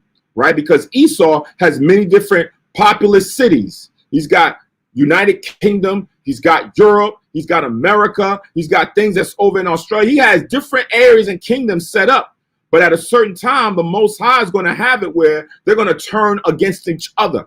That's how you see the wars brewing, or the rumors of wars brewing between Russia and America, or Russia and its allies, along with America and NATO and their allies. They're going to go to war against each other in different cities. That happened during World War I and World War II, but it's also going to happen in a culminating fashion, which is going to lead to that final day when they then now go and fight against Christ, right? But that first, they will fight amongst each other, right? It says again, and everyone against his neighbor, city against city, and kingdom against kingdom.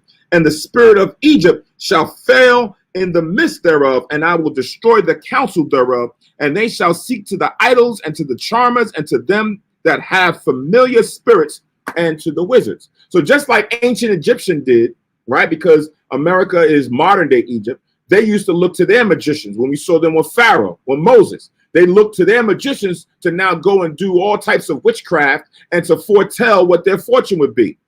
They're going to look to do the same thing. If you don't know how this institution is set up, they have the same things. They go to the Bohemian Grove and worship these same idols. They have their prognosticators and they have these witches and these different types of people who have familiar spirits to try to foretell what's to come. And that day, it's not going to serve them well. It's not going to help them out. Nothing is going to be able to prevent or stop against the Most High's will when it comes down. So this is just showing you that the Most High, on a small level or on a large level, can control the hearts of men and cause dissension between them, and they go to war, fight, and kill one another. That's kind of what we're reading on a smaller scale here with the men of Shechem and Abimelech. The Most High put that evil spirit in them, so that now they're going to start going at each other. Before then, everything was fine. All of a sudden, spirit changes, right? A spirit enters into you, and now these things begin to transpire. Now go to 1 Samuel's. 1 Samuel's.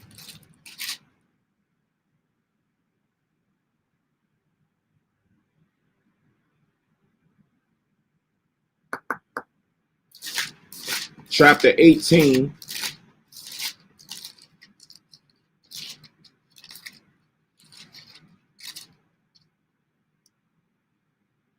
And verse 10.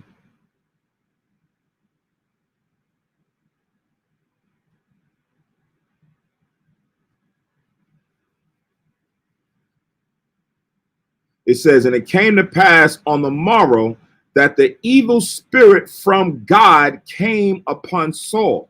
So when we read the storylines between Saul and David, right? When Saul always was trying to go and kill David wrongfully, it was because the evil spirit that was on Saul that was sent from the Most High by his evil angels, right? We know in Psalm 78:49, the Most High has evil angels to carry out evil works. Remember, the Lord controls all things, good and evil. And in this case, the Lord sent an evil spirit to King Saul. And this is why he was after David in the manner that he was, because his efforts led to this. Remember, he was disobedient of keeping the Most High's commandment. So because of that, the Lord took away his righteous spirit and began to give him an evil spirit.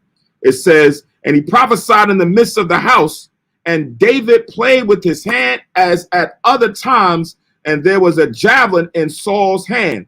And Saul cast a javelin, for he said, I will smite David even to the wall with it. And David avoided out of his presence. And Saul was afraid of David because the Lord was with him and was departed from Saul. So when the Most High is not with you, evil spirits are now able to come in at different times, and whatever different types of spirits that the Most High may put in you. Because just like there's different types of righteous spirits and gifts of the spirit that the Most High can give you, there's different types of evil spirits that you can have as well, right? You can have a spirit of alcoholism, a spirit of whoredom, a spirit of murder, where you're going around there and you just like to kill. There's a lot of different types of spirits that the Most High can have the angels put into you, and then you're carrying those things out, right? Scripture tell you man's goings are of the Lord, right? Man's goings are of the Lord. So in certain cases, the Lord is the one who's allowing and controlling and doing these things through man, right? We still have to keep that righteous spirit, like it was told, so that we can escape and avoid these different types of terrors. All right. Now let's go back to Judges chapter 9 and read verse 23 again. It says, then God sent an evil spirit between Abimelech and the men of Shechem. And the men of Shechem dealt treacherously with Abimelech, that the cruelty done to the 70 sons of Zerubbabel might come, and their blood be laid upon Abimelech their brother, which slew them, and upon the men of Shechem, which aided him in the killing of his brother, right? So now you reap what you sow. That blood that was shed innocently is now come back for recompense, right? That's why the Lord put this evil spirit amongst them so they could take each other out. That's what happens when you see these gang wars and people out there shooting and killing each other. That's that evil spirit coming back in judgment. It might have not happened before, but now the evil spirit has come and it's taking them out. And then you have innocent bystanders or casualties that also fall into judgment by the Most High.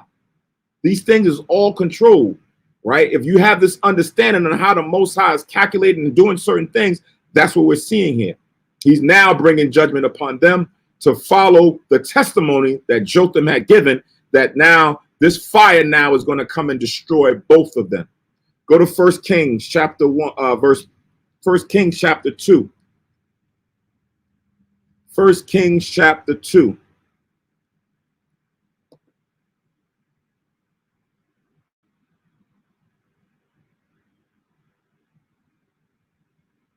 And verse 31. 1 Kings chapter 2 and verse 31.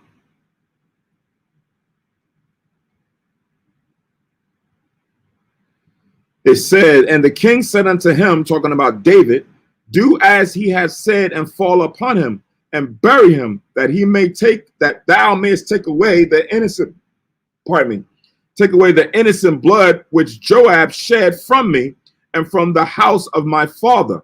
And the Lord shall return his blood upon his own head, who fell upon two men more righteous and better than he, and slew them with the sword. My father David, not knowing thereof, to wit, Abner the son of Ner, captain of the host of Israel, and Amasa the son of Jether, captain of the host of Judah. Their blood shall therefore return upon the head of Joab and upon the head of his seed forever. But upon David and upon his seed and upon his house and upon his throne shall there be peace forever from the Lord. So now you'll see here that Joab went and killed these two innocent righteous men wrongfully. And the Most High now judgment on Joab was that he had to be killed because of the blood that he shed. And not only was it just going to end with Joab, it said also with his seed, meaning his house was going to always be in turmoil. That also happens too, where you just have a generational curse that just keeps going down based on what happened aforetime, right? And this is within Israel.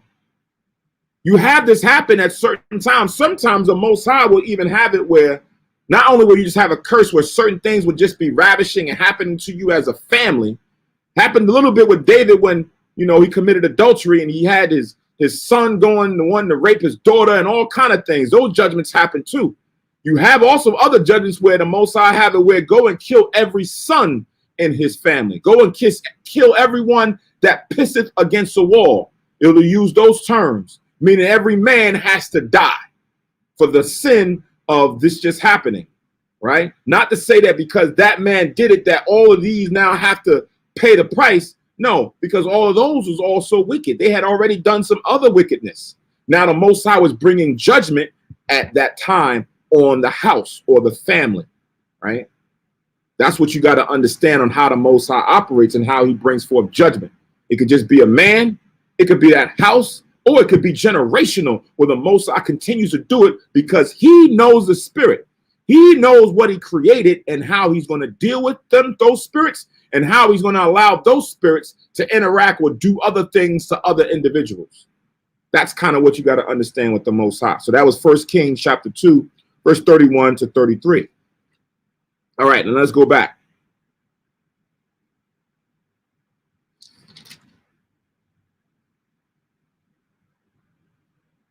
All right, so now we have verse 25. It says, and the men of Shechem set liars in wait for him in the top of the mountains. Liars is not liars like you lie, L-A-I-R. This is liars meaning men set up for an ambush, right? and wait for him at the top of the mountains. And they robbed all that came along that way by them, and it was told Abimelech, right? So now here it is. Now you got these two oppositions, Abimelech and his people and the men of Shechem. Both of them have an evil spirit towards one another because the Most High put them there. So now Shechem, the men of Shechem, is now taking the initiative, and they're setting people in ambush for Abimelech and his people. And everyone that came through, they robbed, murdered, or dealt with them in certain fashion. When you read that robbed in context, right? It says, and Gaal, the son of Ebed, came with his brethren and went over to Shechem, and the men of Shechem put their confidence in him. So this man, he left and went and hung out with the men of Shechem, and they trusted this guy, right? It says, and they went out into the fields and gathered their vineyards and trode the grapes and made merry and went into the house of their God and did eat and drink and cursed Abimelech, right? So now you got a guy who's now crossing sides, going over there, dealing with those who are conspiring to come against Abimelech, and they having a good time building a rapport. And at the same time, they're slandering and cursing on Abimelech. Verse 28, and Gaal, the son of Ebed, said, who is Abimelech and who is Shechem that we should serve him? Is not he the son of Jerubbaal and Zubal his officer? Serve the men of Hamor, the father of Shechem, for why should we serve him? So now they're reinforcing their solidarity to their people, their countrymen, right? Because who are these people from Shechem, right? Let's find out. Go to the book of Genesis chapter 33. Genesis chapter 33 and verse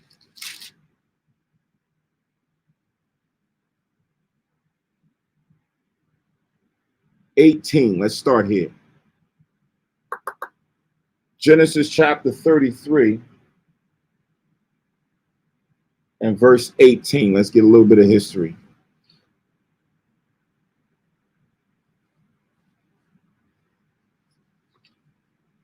So it says in Genesis chapter 33, verse 18, it says, and Jacob came to Shalem, a city of Shechem, which is in the land of Canaan, when he came from Padan Aram and pitched his tent before the city. So right off the bat, this is during the time of Jacob, right? But before you had us as a nation, he's coming, or before we went and conquered Canaan, he comes and dwells in this city called Shalem, or this place called Shalem, which was a city of Shechem, right? Which was in the land of Canaan. So we know the Canaanites, or the people who dwelt there, were Hamitic people from the lineage of Ham, not Shem, from which we come out of, or Esau comes out of, or Moab comes out of, or Ammon comes out of, or Elam comes out of, or Asher comes out of, right? All of these are nations that come out of Shem. But now Hamitic nations are the indigenous, what we would call so-called African people, right? It says he came and pitched his tent before the city, and he brought a parcel of a field where he had spread his tent at the hand of the children of Hamor, Shechem's father, for 100 pieces of silver. So now we have a name, Hamor, right? Who also is a person that's dwelling in this Shechem. This was mentioned in book of Judges, the 9th chapter, about this man named Hamor. So now Hamor is one of the fathers of this place, fathers of one of the forefathers and ancestors of the Shechemites, right? This is where we get this understanding now to know that these people were Hamites. But let's go a little bit deeper. Go to the 34th chapter. Go to Genesis chapter 34, verses 1 and 2, right? It said, and Dinah, the daughter of Leah, which she bare unto Jacob, went out to see the daughters of the land. And when Shechem, the son of Hamor, the Hivite, prince of the country, saw her, he took her and lay with her and defiled her, right? Dinah got raped by this man when you read the story in Judith, right? Judith goes into how she was taken by this Hivite, right? But it says that Hamor was a Hivite, right? Who was a prince in that area called Shechem. So when we're dealing with these Shechemites, they're actually Hivites. Now we're even getting a name for who they are. Now remember, go to Deuteronomy. Go to Deuteronomy.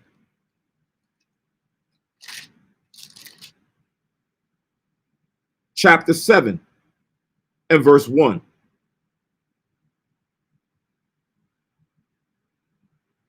Deuteronomy chapter 7 and verse 1. It says, when the Lord thy God shall bring thee into the land whither thou goest to possess it, and has cast out many nations before thee, the Hittites and the Girgashites and the Amorites and the Canaanites and the Perizzites and the Hivites and the Jebusites, 7 nations greater and mightier than thou. So these was of the 7 nations, or the Hivites was one of the 7 nations that dwelt in the land that we went and conquered.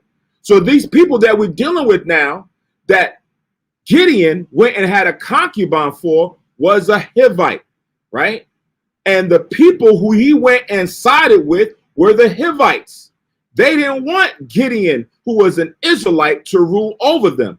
Abimelech is an Israelite, even though his mother is a Hivite. He's of the seed of his father. But as the storyline went through, it read and said that he went to his mother's father's house. When we read scripture, you are determined by your father's house, not your mother's house. Your father's house, because the man carries the seed. So now we see the distinction between these two groups of people that are now choosing to have Abimelech over them. Now, Abimelech, even though they chose him, he's an Israelite, but because his mother was a Hivite, they had more solidarity with him and allow him to be raised up, and then conspired to go and kill the other men of his brothers so that he would remove them out of the way. All right. So now we see who these people are that we're talking about. So now let's go back to Judges chapter 9. Judges chapter 9 and 28. So it says again, Gaal, the son of Ebed, said, who is Abimelech and who is Shechem that we should serve him? Meaning, why do we got to have this guy rule over us? Right? Who is Shechem that we got to have him rule over us?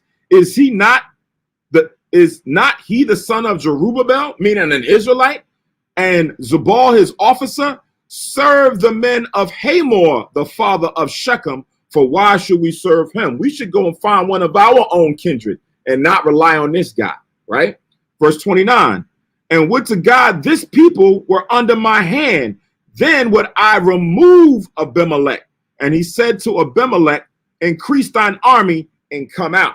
So now he's gotten enough, courage, and he's gotten enough might and anger and people backing him that he's now ready to go to war with Abimelech and his people and his army, right?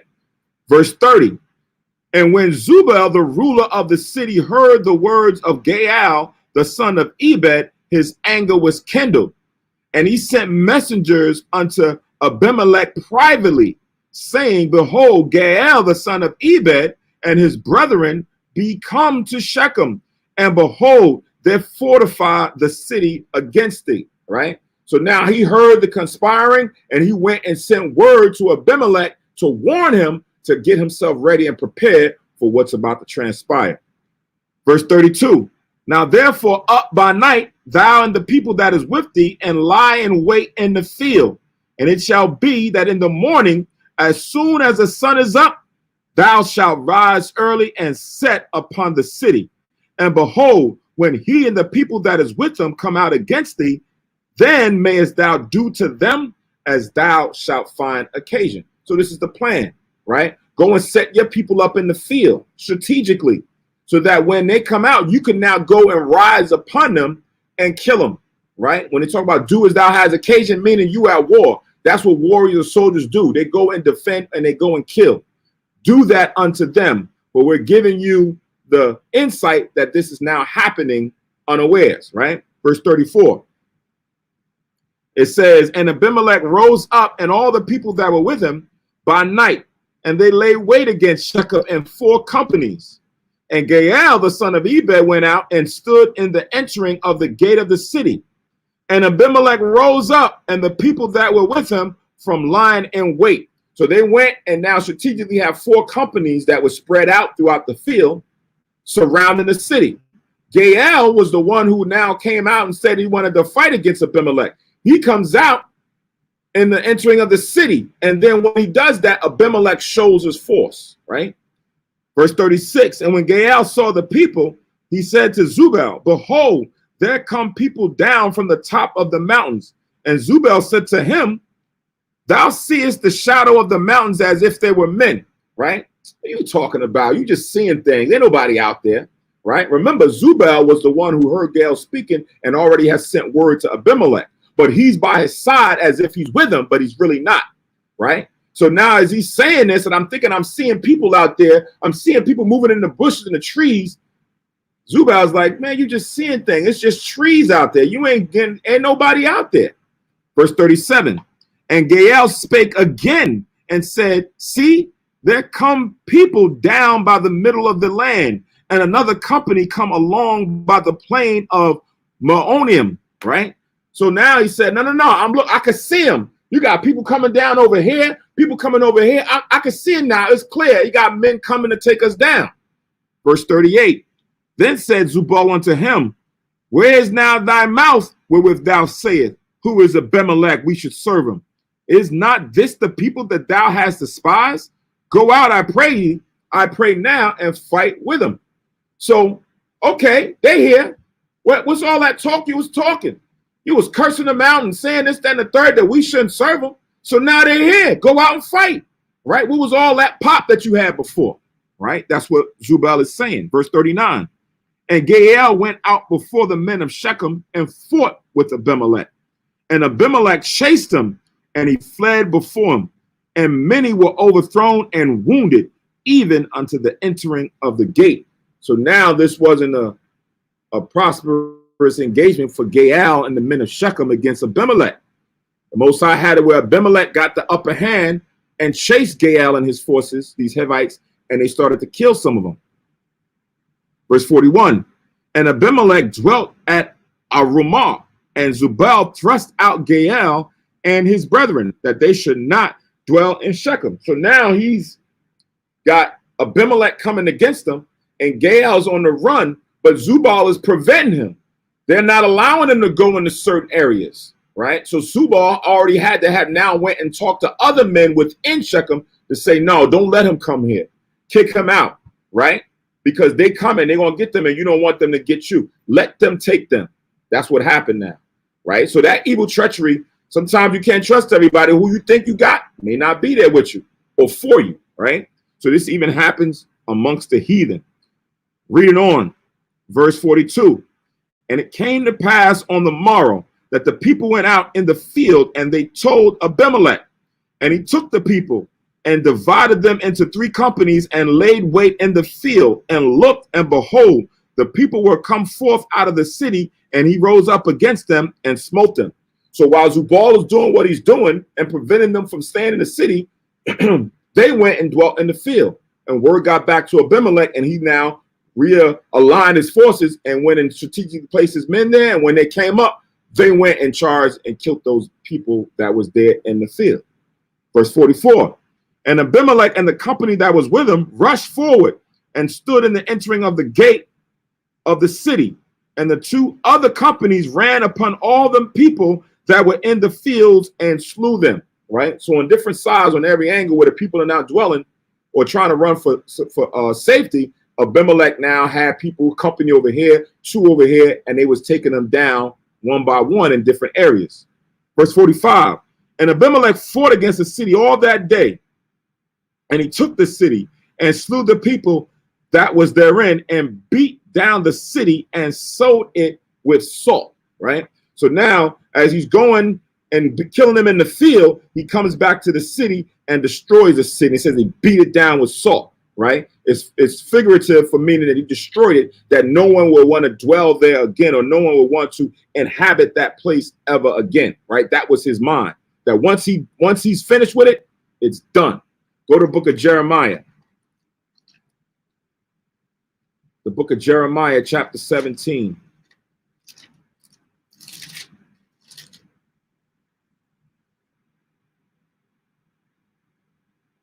Jeremiah chapter 17.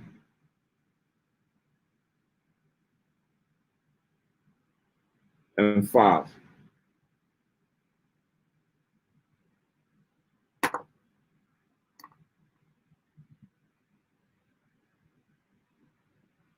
It said, thus saith Yahweh, cursed be the man that trusteth in man, and maketh flesh his arm, and whose heart departed from the Lord, right? So any man, an Israelite man, that puts his trust in man and maketh flesh his arm, meaning to be his strength or his power and not the Most High, whose heart departed from the Lord, a curse is going to come upon you. Now watch this. It says, for he shall be like the heath in the desert, and shall not see when good cometh, but shall inhabit the parched places in the wilderness, in a salt land and not inhabited, right? Because a salt land, you cannot cultivate. No one wants to dwell or live there because you can't grow any crops. You can't grow any fruits or vegetables, right? Grass is not going to grow in that area. So how are your animals? How is the animals or the different land going to be able to sustain itself? It can't, right? So the Most High says a person like that is going to be like a heath in the desert. It's going to be like a salt land that cannot be inhabited. No one wants to deal with that individual.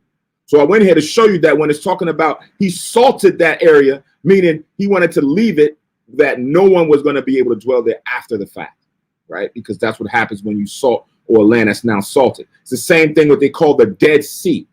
In the Dead Sea, it's full of salt, right? No fish or nothing like that lives in the Dead Sea. That's why they call it a Dead Sea. But they all say the Salt Sea, high in content of salt, right? Salt is also a preservation. That's why you see sometimes in the malls and different areas, they'll now make products or merchandise, lotions and things out of things that come from, or the waters that come from the Salt Sea, because you can put it on it and it preserves and cleanses your body, right?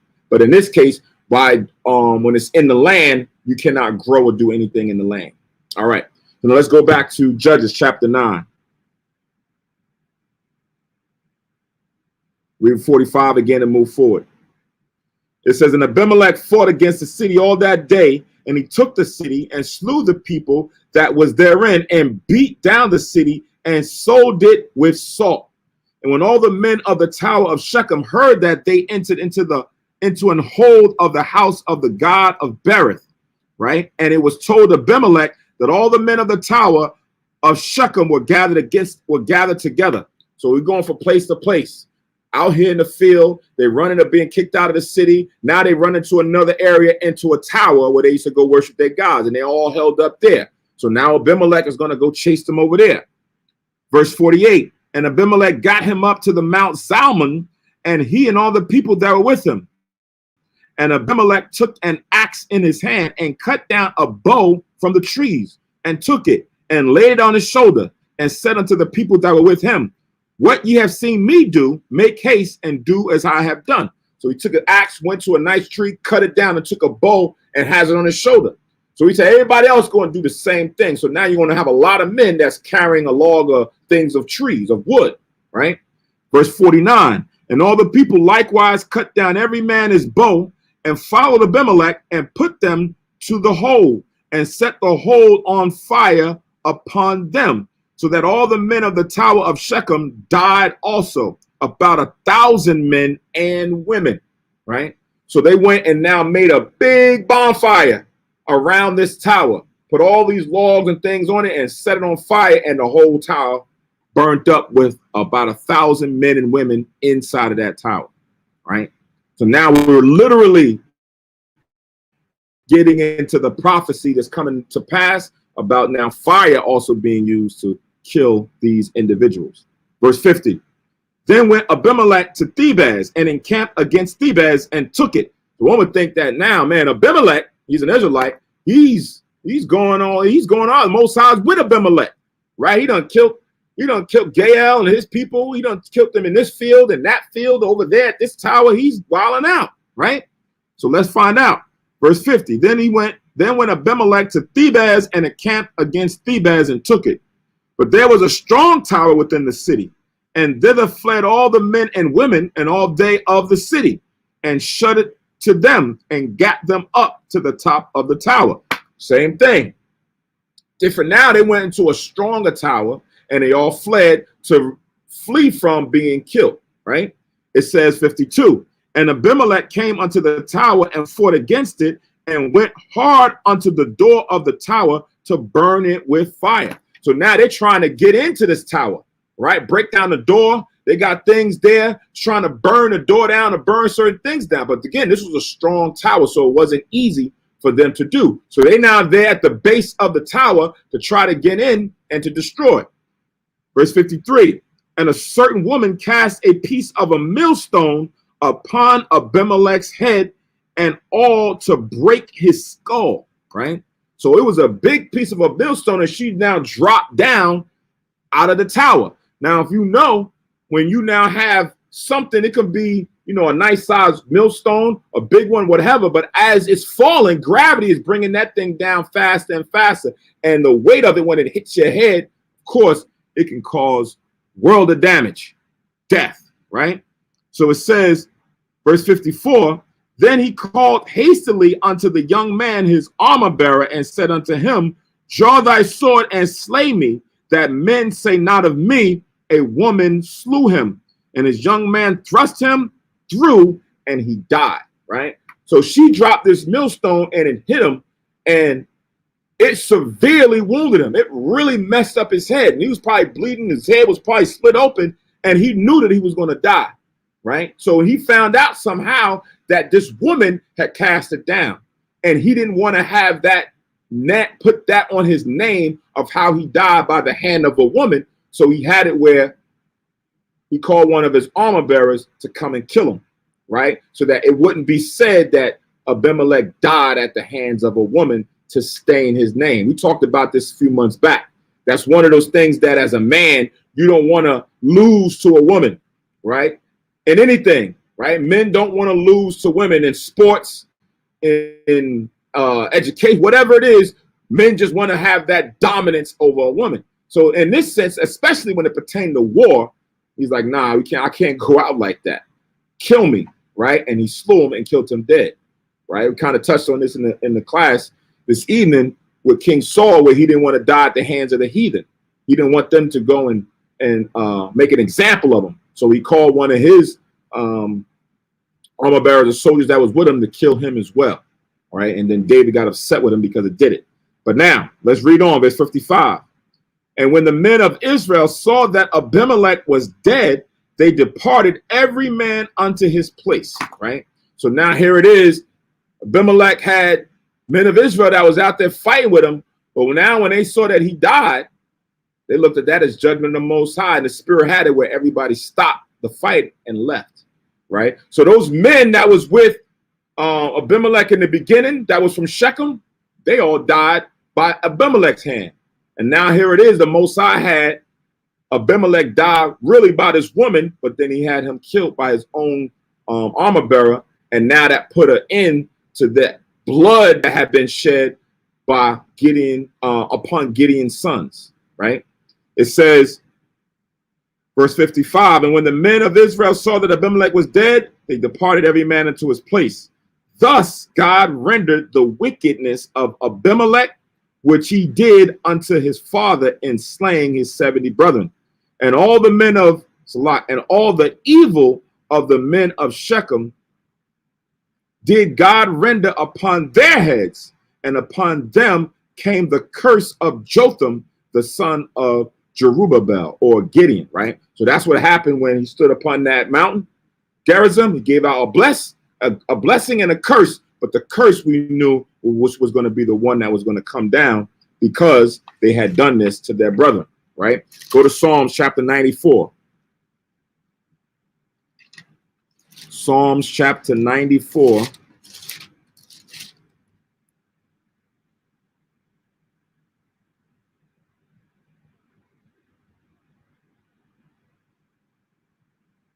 and verse 22.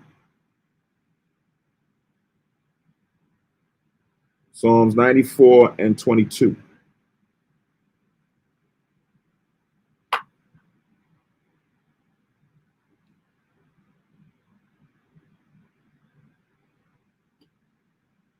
And it reads, it says, but the Lord is my defense, and my power is the rock of my refuge. And he shall bring upon them their own iniquity, and shall cut them off in their own wickedness. Yeah, the Lord our God shall cut them off, right? So vengeance is of the Lord. So the things that happen, the Most High sees it. He's going to recompense everybody or reward everyone based on their own ways, right? Their own deeds, whether it's good deeds or wicked deeds. You're going to get that come back. The Most High, depending on when he wants to do it. He can wait 3 years. He can wait 1 month. He can wait an hour. He can wait another generation before he brings back that recompense. That's up to his will. But he will do it, right? Go to the 5th chapter of the book of Psalms. Psalms chapter 5.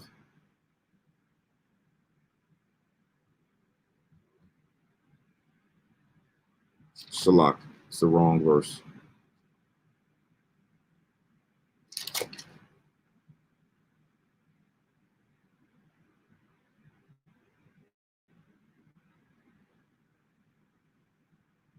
Salak, you can scratch that. It's not what I wanted. All right, so let's continue on. Let's see how many verses we have here. 18. I think we can get through this. Let's jump to the 10th chapter. So this is Judges chapter 10, verse 1 now. So it says, and after Abimelech, there arose to defend Israel Tola, the son of Puah, the son of Dodo, a man of Issachar, and he dwelt in Shamir in Mount Ephraim, right? So now we have an Issacharite, so-called Mexican, that was raised up to be a judge and a ruler over the nation of Israel after Abimelech had died, right? So, you know, it's not always Ephraim, it's not always Judah, right? We have other tribes, and the Most High has raised up righteous men of the other tribes to now also come and reign or judge Israel, I should say. Verse 2, and he judged Israel 23 years and died and was buried in Shamir. So for 23 years, the Most High's truth, the Most High's law ruled and reigned in Israel all the days that Tola was there, right? Tola ruled, and let me not say ruled as in like a king, but he reigned by allowing the Most High's law to govern Israel, right? Verse 3, and after him arose Jair, a Gileadite, and judged Israel 22 years. So now you had a man that came from out of Gilead, right? So now they said he was a Gileadite. What is that getting into? Let's go to Numbers chapter 26. It said he was a Gileadite. Numbers chapter 26.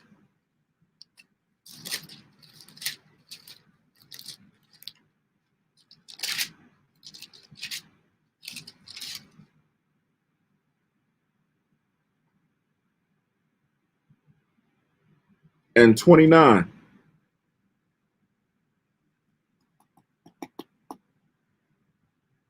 So Numbers 6 and 29, 26 and 29. Actually, I'm gonna start at 28. So Numbers 26 and 28, it says the sons of Joseph after their families were Manasseh and Ephraim, right? Manasseh, so-called Cubans, Ephraim, so-called Puerto Ricans, based on the history, prophecies, geography that the Most High had associated with these two tribes, right? We know Manasseh to be the Cubans, so-called Cubans, and we know Ephraim to be the so-called Puerto Ricans. Verse 29, of the sons of Manasseh, of Machir, the family of the Machirites, and Machir begat Gilead, and of Gilead come the family of the Gileadites, right? So now here we see the sons of Manasseh now are Gileadites. So when we talk about who this one was, Jair, that judge for this period of time, he was a so-called Cuban or a Manassite, that now judged Israel. So we had an Issacharite, and now we have a Manassite. Let me just read one more. Go to 32. Numbers chapter 32.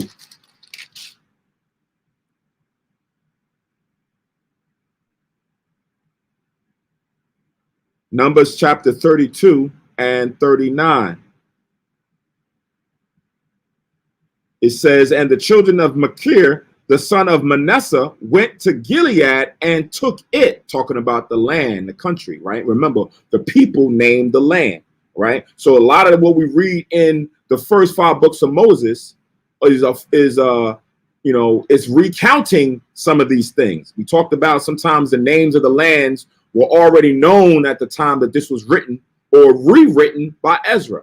So it says, and the children of Machir, the son of Manasseh, went to Gilead and took it and disposed the Amorite, which was in it, right? Again, so now Gilead, the land, Gilead, the people, the Gileadites, these were Manassites or so-called Cubans. All right, let's go back to Judges 10. We're at the 4th verse. And he had 30 sons, man, 30 sons. He had Gilead with 70. Now this one pops up with 30. Whew. That rode on 30 ass colts, meaning they had some, they were prominent individuals. Usually when you talk about riding on the ass colt, like Yahushua came into Jerusalem, these were prominent figures, right? It was symbolic to have people who rode on an ass, right? That's kind of where you would see in ancient times kings. I forgot, even in one of the Edomite kingdoms, they showed an old video of one of their rulers coming in on an ass or a donkey or a colt, like what we're reading here in the scriptures, because that symbolized that they were like rulers, great kings and things of that nature. It says, and they had 30 cities, which are called Havoth Jair unto this day, which are in the land of Gilead. And Jair died and was buried in Camum.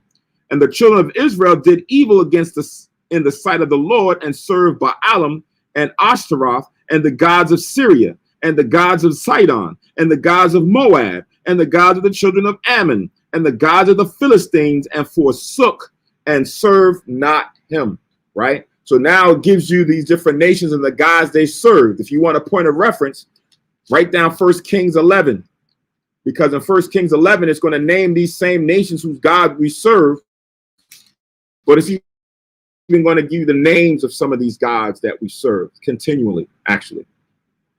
So this is 1 Kings chapter 11 and verse 33. 1 Kings chapter 11 and 33, it says, because that they have forsaken me and have worshipped Ashtaroth, the goddess of the Sidonians, Chemosh, the goddess of the Moabites, and Milcom, the goddess, so the god of the children of Ammon, and have not walked in my ways to do that which is right in mine eyes, and to keep my statutes and my judgments as David his father did, right? So these are some of the names that the gods and goddesses that Israel worshipped of the other nations. It's the same thing that they did back here in Judges, the 10th chapter. They worship those same gods, right? So let's go back to Judges 10 and verse 7 now. It says, and the anger of the Lord was hot against Israel, and he sold them into the hands of the Philistines and into the hands of the children of Ammon, right? So the Most High got upset again, and it says that he sold them into the hand of the Philistines. Now, the Most High didn't literally come and get money and sell them to them. No, he delivered, or he gave them over, gave us over to them, where he removed the might in our hands, and they came as an army and was able to take us down.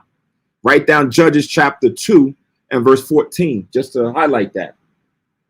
When it talks about he sold us, there was no currency being exchanged here. This is just us being delivered to our enemies. So this is Judges chapter 2 and verse 14. And the anger of the Lord was hot against Israel, like we just read in Judges 10 and 7.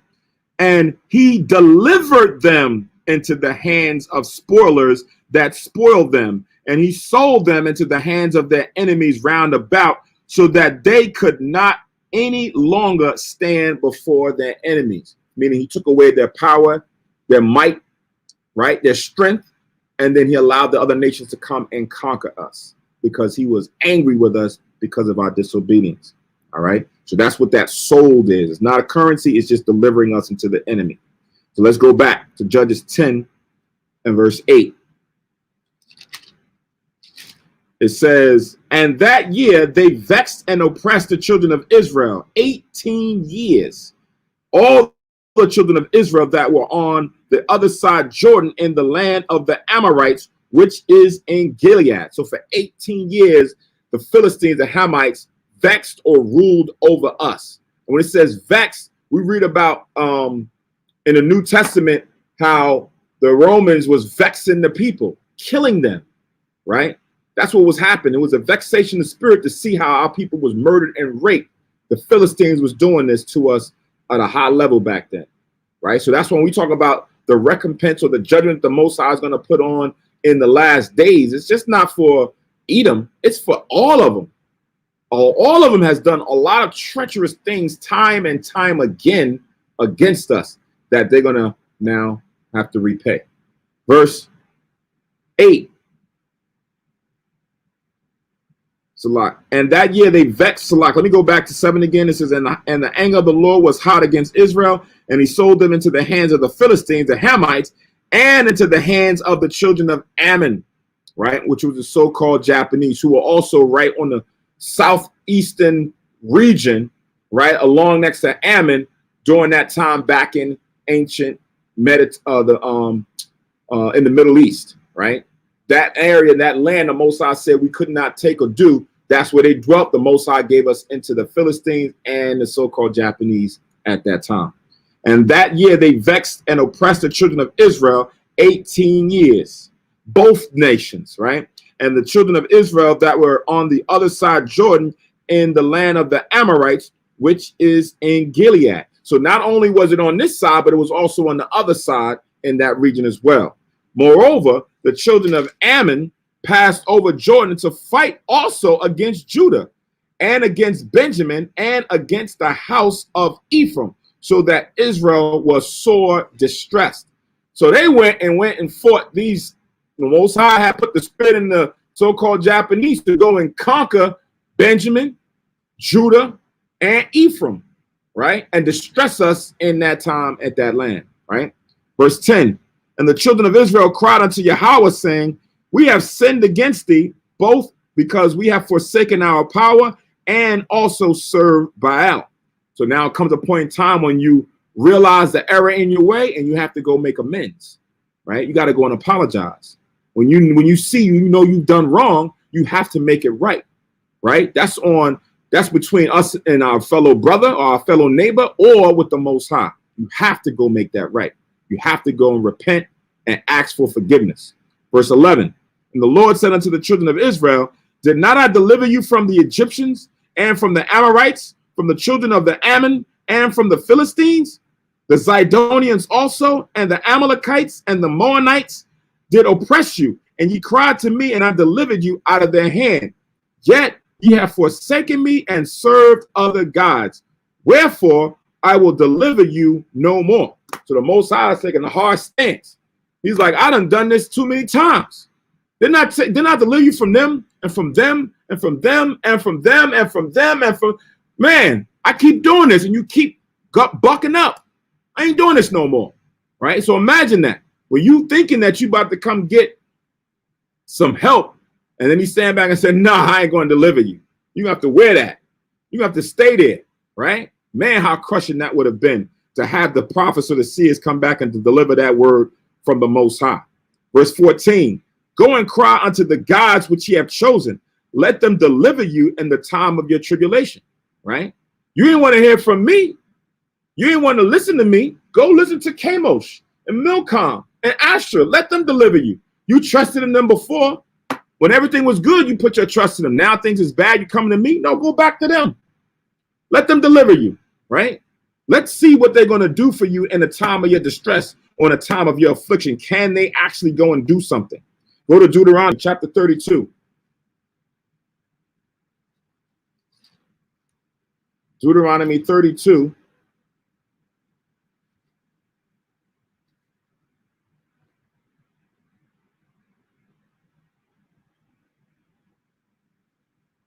And 36.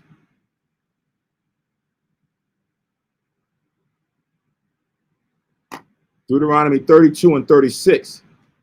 It says, for Yahweh shall judge his people and repent himself for his servants when he seeth that their power is gone and there is none shut up or left, right?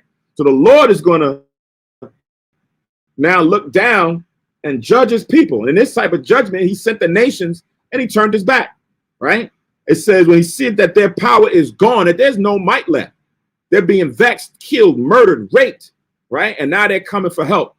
Verse 37, and he shall say, where are their gods? Their rock in whom they trusted, right? Where y'all false gods at? Where these different nations gods that you trusted in? Let them save you, right? The Most High has done that time, even today, even in today's time, the Lord is doing that with some of our people. You want to go and trust in Caesar Borgia? Let him deal with you. You want to go and trust in Allah? Let him deal with you. You want to go trust in Buddha? You want to go trust in the black man because they say the black man? Go and trust in any of these things that you see as your help, as your power, as your strength, and let them deliver you. Don't come to me now, right? The Most High will leave you where you are. You read in Proverbs, the first chapter, the Most High say he's laughing at the calamities of our people now. He's laughing. He's having a ball with seeing what's going on because we didn't listen, right? All right, let's go back.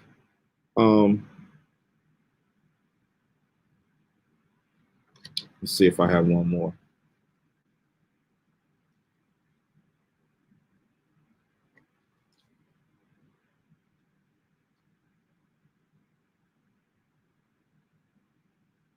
Jeremiah chapter 2.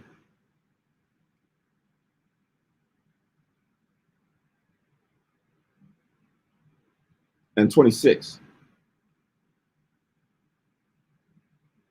Jeremiah chapter 2, verse 26.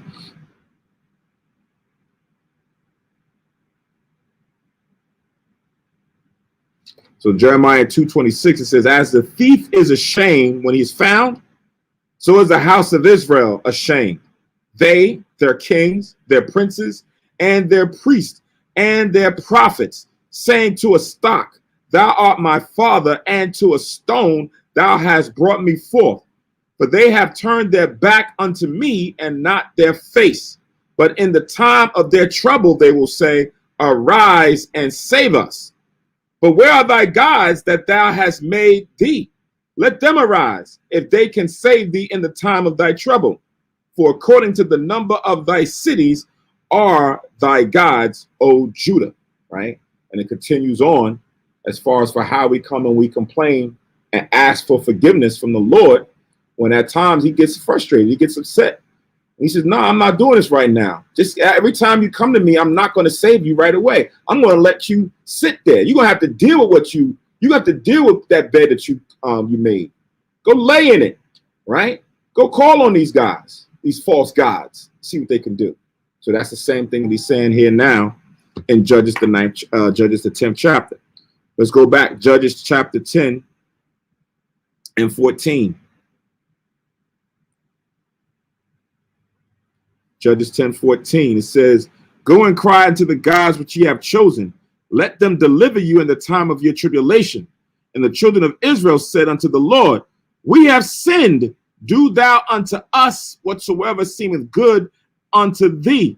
Deliver us only, we pray thee, this day. So the children of Israel just didn't take that and walk away. They came back again, constantly. Most High, we messed up, right? We rather have you deal with us than these nations. Do what you want with us, but deliver us from these Moabites, deliver us from these Ammonites and these Philistines that's coming and jacking us up, right? We'd rather fall into your hands. Why? Because we know the Most High is going to be merciful. We know the Most High at a certain time is going to have compassion. The nations ain't going to have compassion. They're not going to show favor when favors need to be shown, like how the Most High can show favor unto us, especially when we recognize the error in our way and we come back and we repent.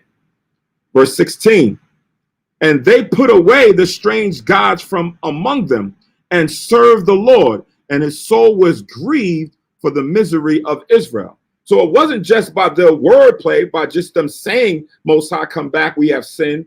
There was action that had to follow. They had to get rid of all of those false gods that they had set up from the other nations.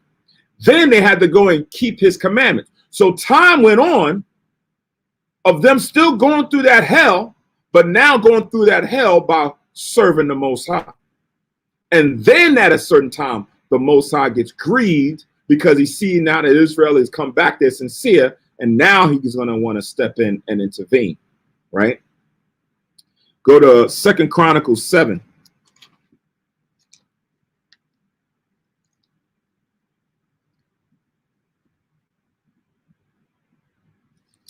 Second Chronicles, 7th chapter, 14th verse.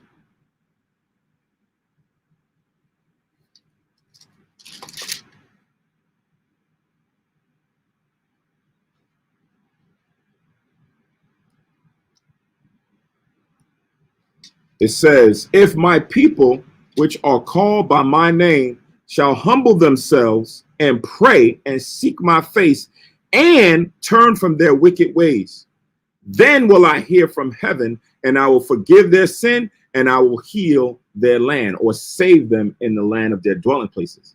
So you just can't pray, but don't turn from your wicked way. Most people like to just pray, but don't know that the things they're doing are wicked. And they don't understand why they still continuously going through the same things, right? You got to pray and ask for forgiveness and turn from your wicked ways, and then the Most High will heal you and show favor unto you. This is as a people when we're going through the siege or we're going through the captivities from the other nations. The Most High would hear our prayer as a nation and then come and fight for us, where we don't even have to fight for ourselves. The Lord can do that, right?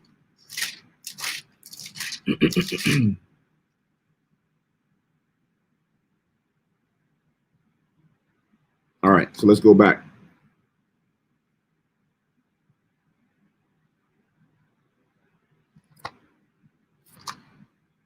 So this is Judges chapter 10, and we have verse 16 again, just 3 verses left. And they put away the strange gods from among them and served the Lord, and his soul was grieved for the misery of Israel. Then the children of Ammon were gathered together and encamped in Gilead, and the children of Israel assembled themselves together and encamped in Mizpah, right? So now the Most High grieved for Israel, and now there's going to be another person that's going to rise up, and the Most High is going to put the spirit in that individual to deliver us. So now we see the stage being set where now we're coming out to kind of defend ourselves, but we now still need a leader, right? Reading 17 again. Then the children of Ammon were gathered together and encamped in Gilead, and the children of Israel assembled themselves together and encamped in Mizpah. And the people and the princes of Gilead said one to another, what man is he that will begin to fight against the children of Ammon? He shall be head over all the inhabitants of Gilead, meaning in that region. That person that wants to now rise up, or who has the courage to do it, he's going to be the captain of the host. So the chapter ends off with the question that's being posed to the tribes at that time: who's going to stand up and fight for us to defend our name against these Ammonites, right? And we'll find out in several weeks when we get to Judges chapter 11 who was the Most High raised up. All right. So that concludes chapters 9 and 10 of the book of Judges. Next week, we'll be back in the New Testament. One second here. All right, so we'll be in New Testament, Romans chapters 12 and 13. Romans chapters 12 and 13 for next week's Sabbath service lesson, right? And as always, remember, I posted out there as far as for Ezekiel chapter 31 to read as it pertained to the similitude of the trees, to understand what was going on. You know, go and read it on your own, and then got questions, come back during the classes upcoming Tuesdays and Fridays. And then, or write down any questions that you have down, or write down any questions that you may have that we've gone over today that might not have been cleared up. Just probably read the precepts, reread the precepts, and then come back during the week, Tuesday and Fridays, and we'll retouch or rehash them then at that time. All right. So we're going to give all praise, honor, and glory to the Most High in Christ for the knowledge, wisdom, the precepts, and the understanding that was brought out during the Sabbath service. Most High's will, everybody was able to get the understanding. Not, again, bring it for the class. Lord's will, everybody has a safe, prosperous, and helpful week. Stay in the spirit, stand strong, be observant, be vigilant, right? Because we know, like the scripture tell you in the New Testament, the days are evil. So we got to be circumspect in everything, all right? So with that, I want to say shalom, peace to all the brothers and sisters. Have a remaining happy Sabbath. Be safe. And stay tuned for the closing prayers.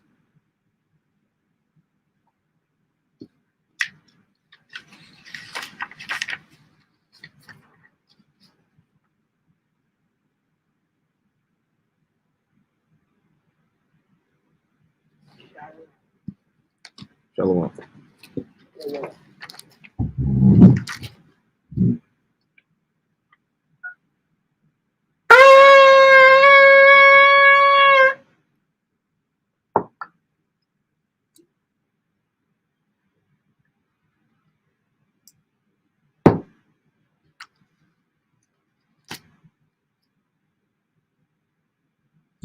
Barakatah Yahweh, Bahashem Yahweh Shai, Ashirah, Nathalanawa, Parya, Hagapan, Thawada Aman, La Yahweh, Bahashem Yahweh Shai, Ath, Yasha Allah.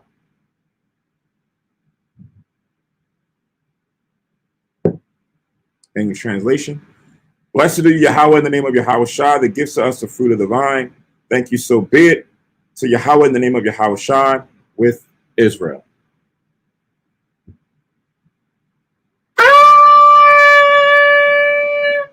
Amadwa Panua Jerusalem, stand and face Jerusalem.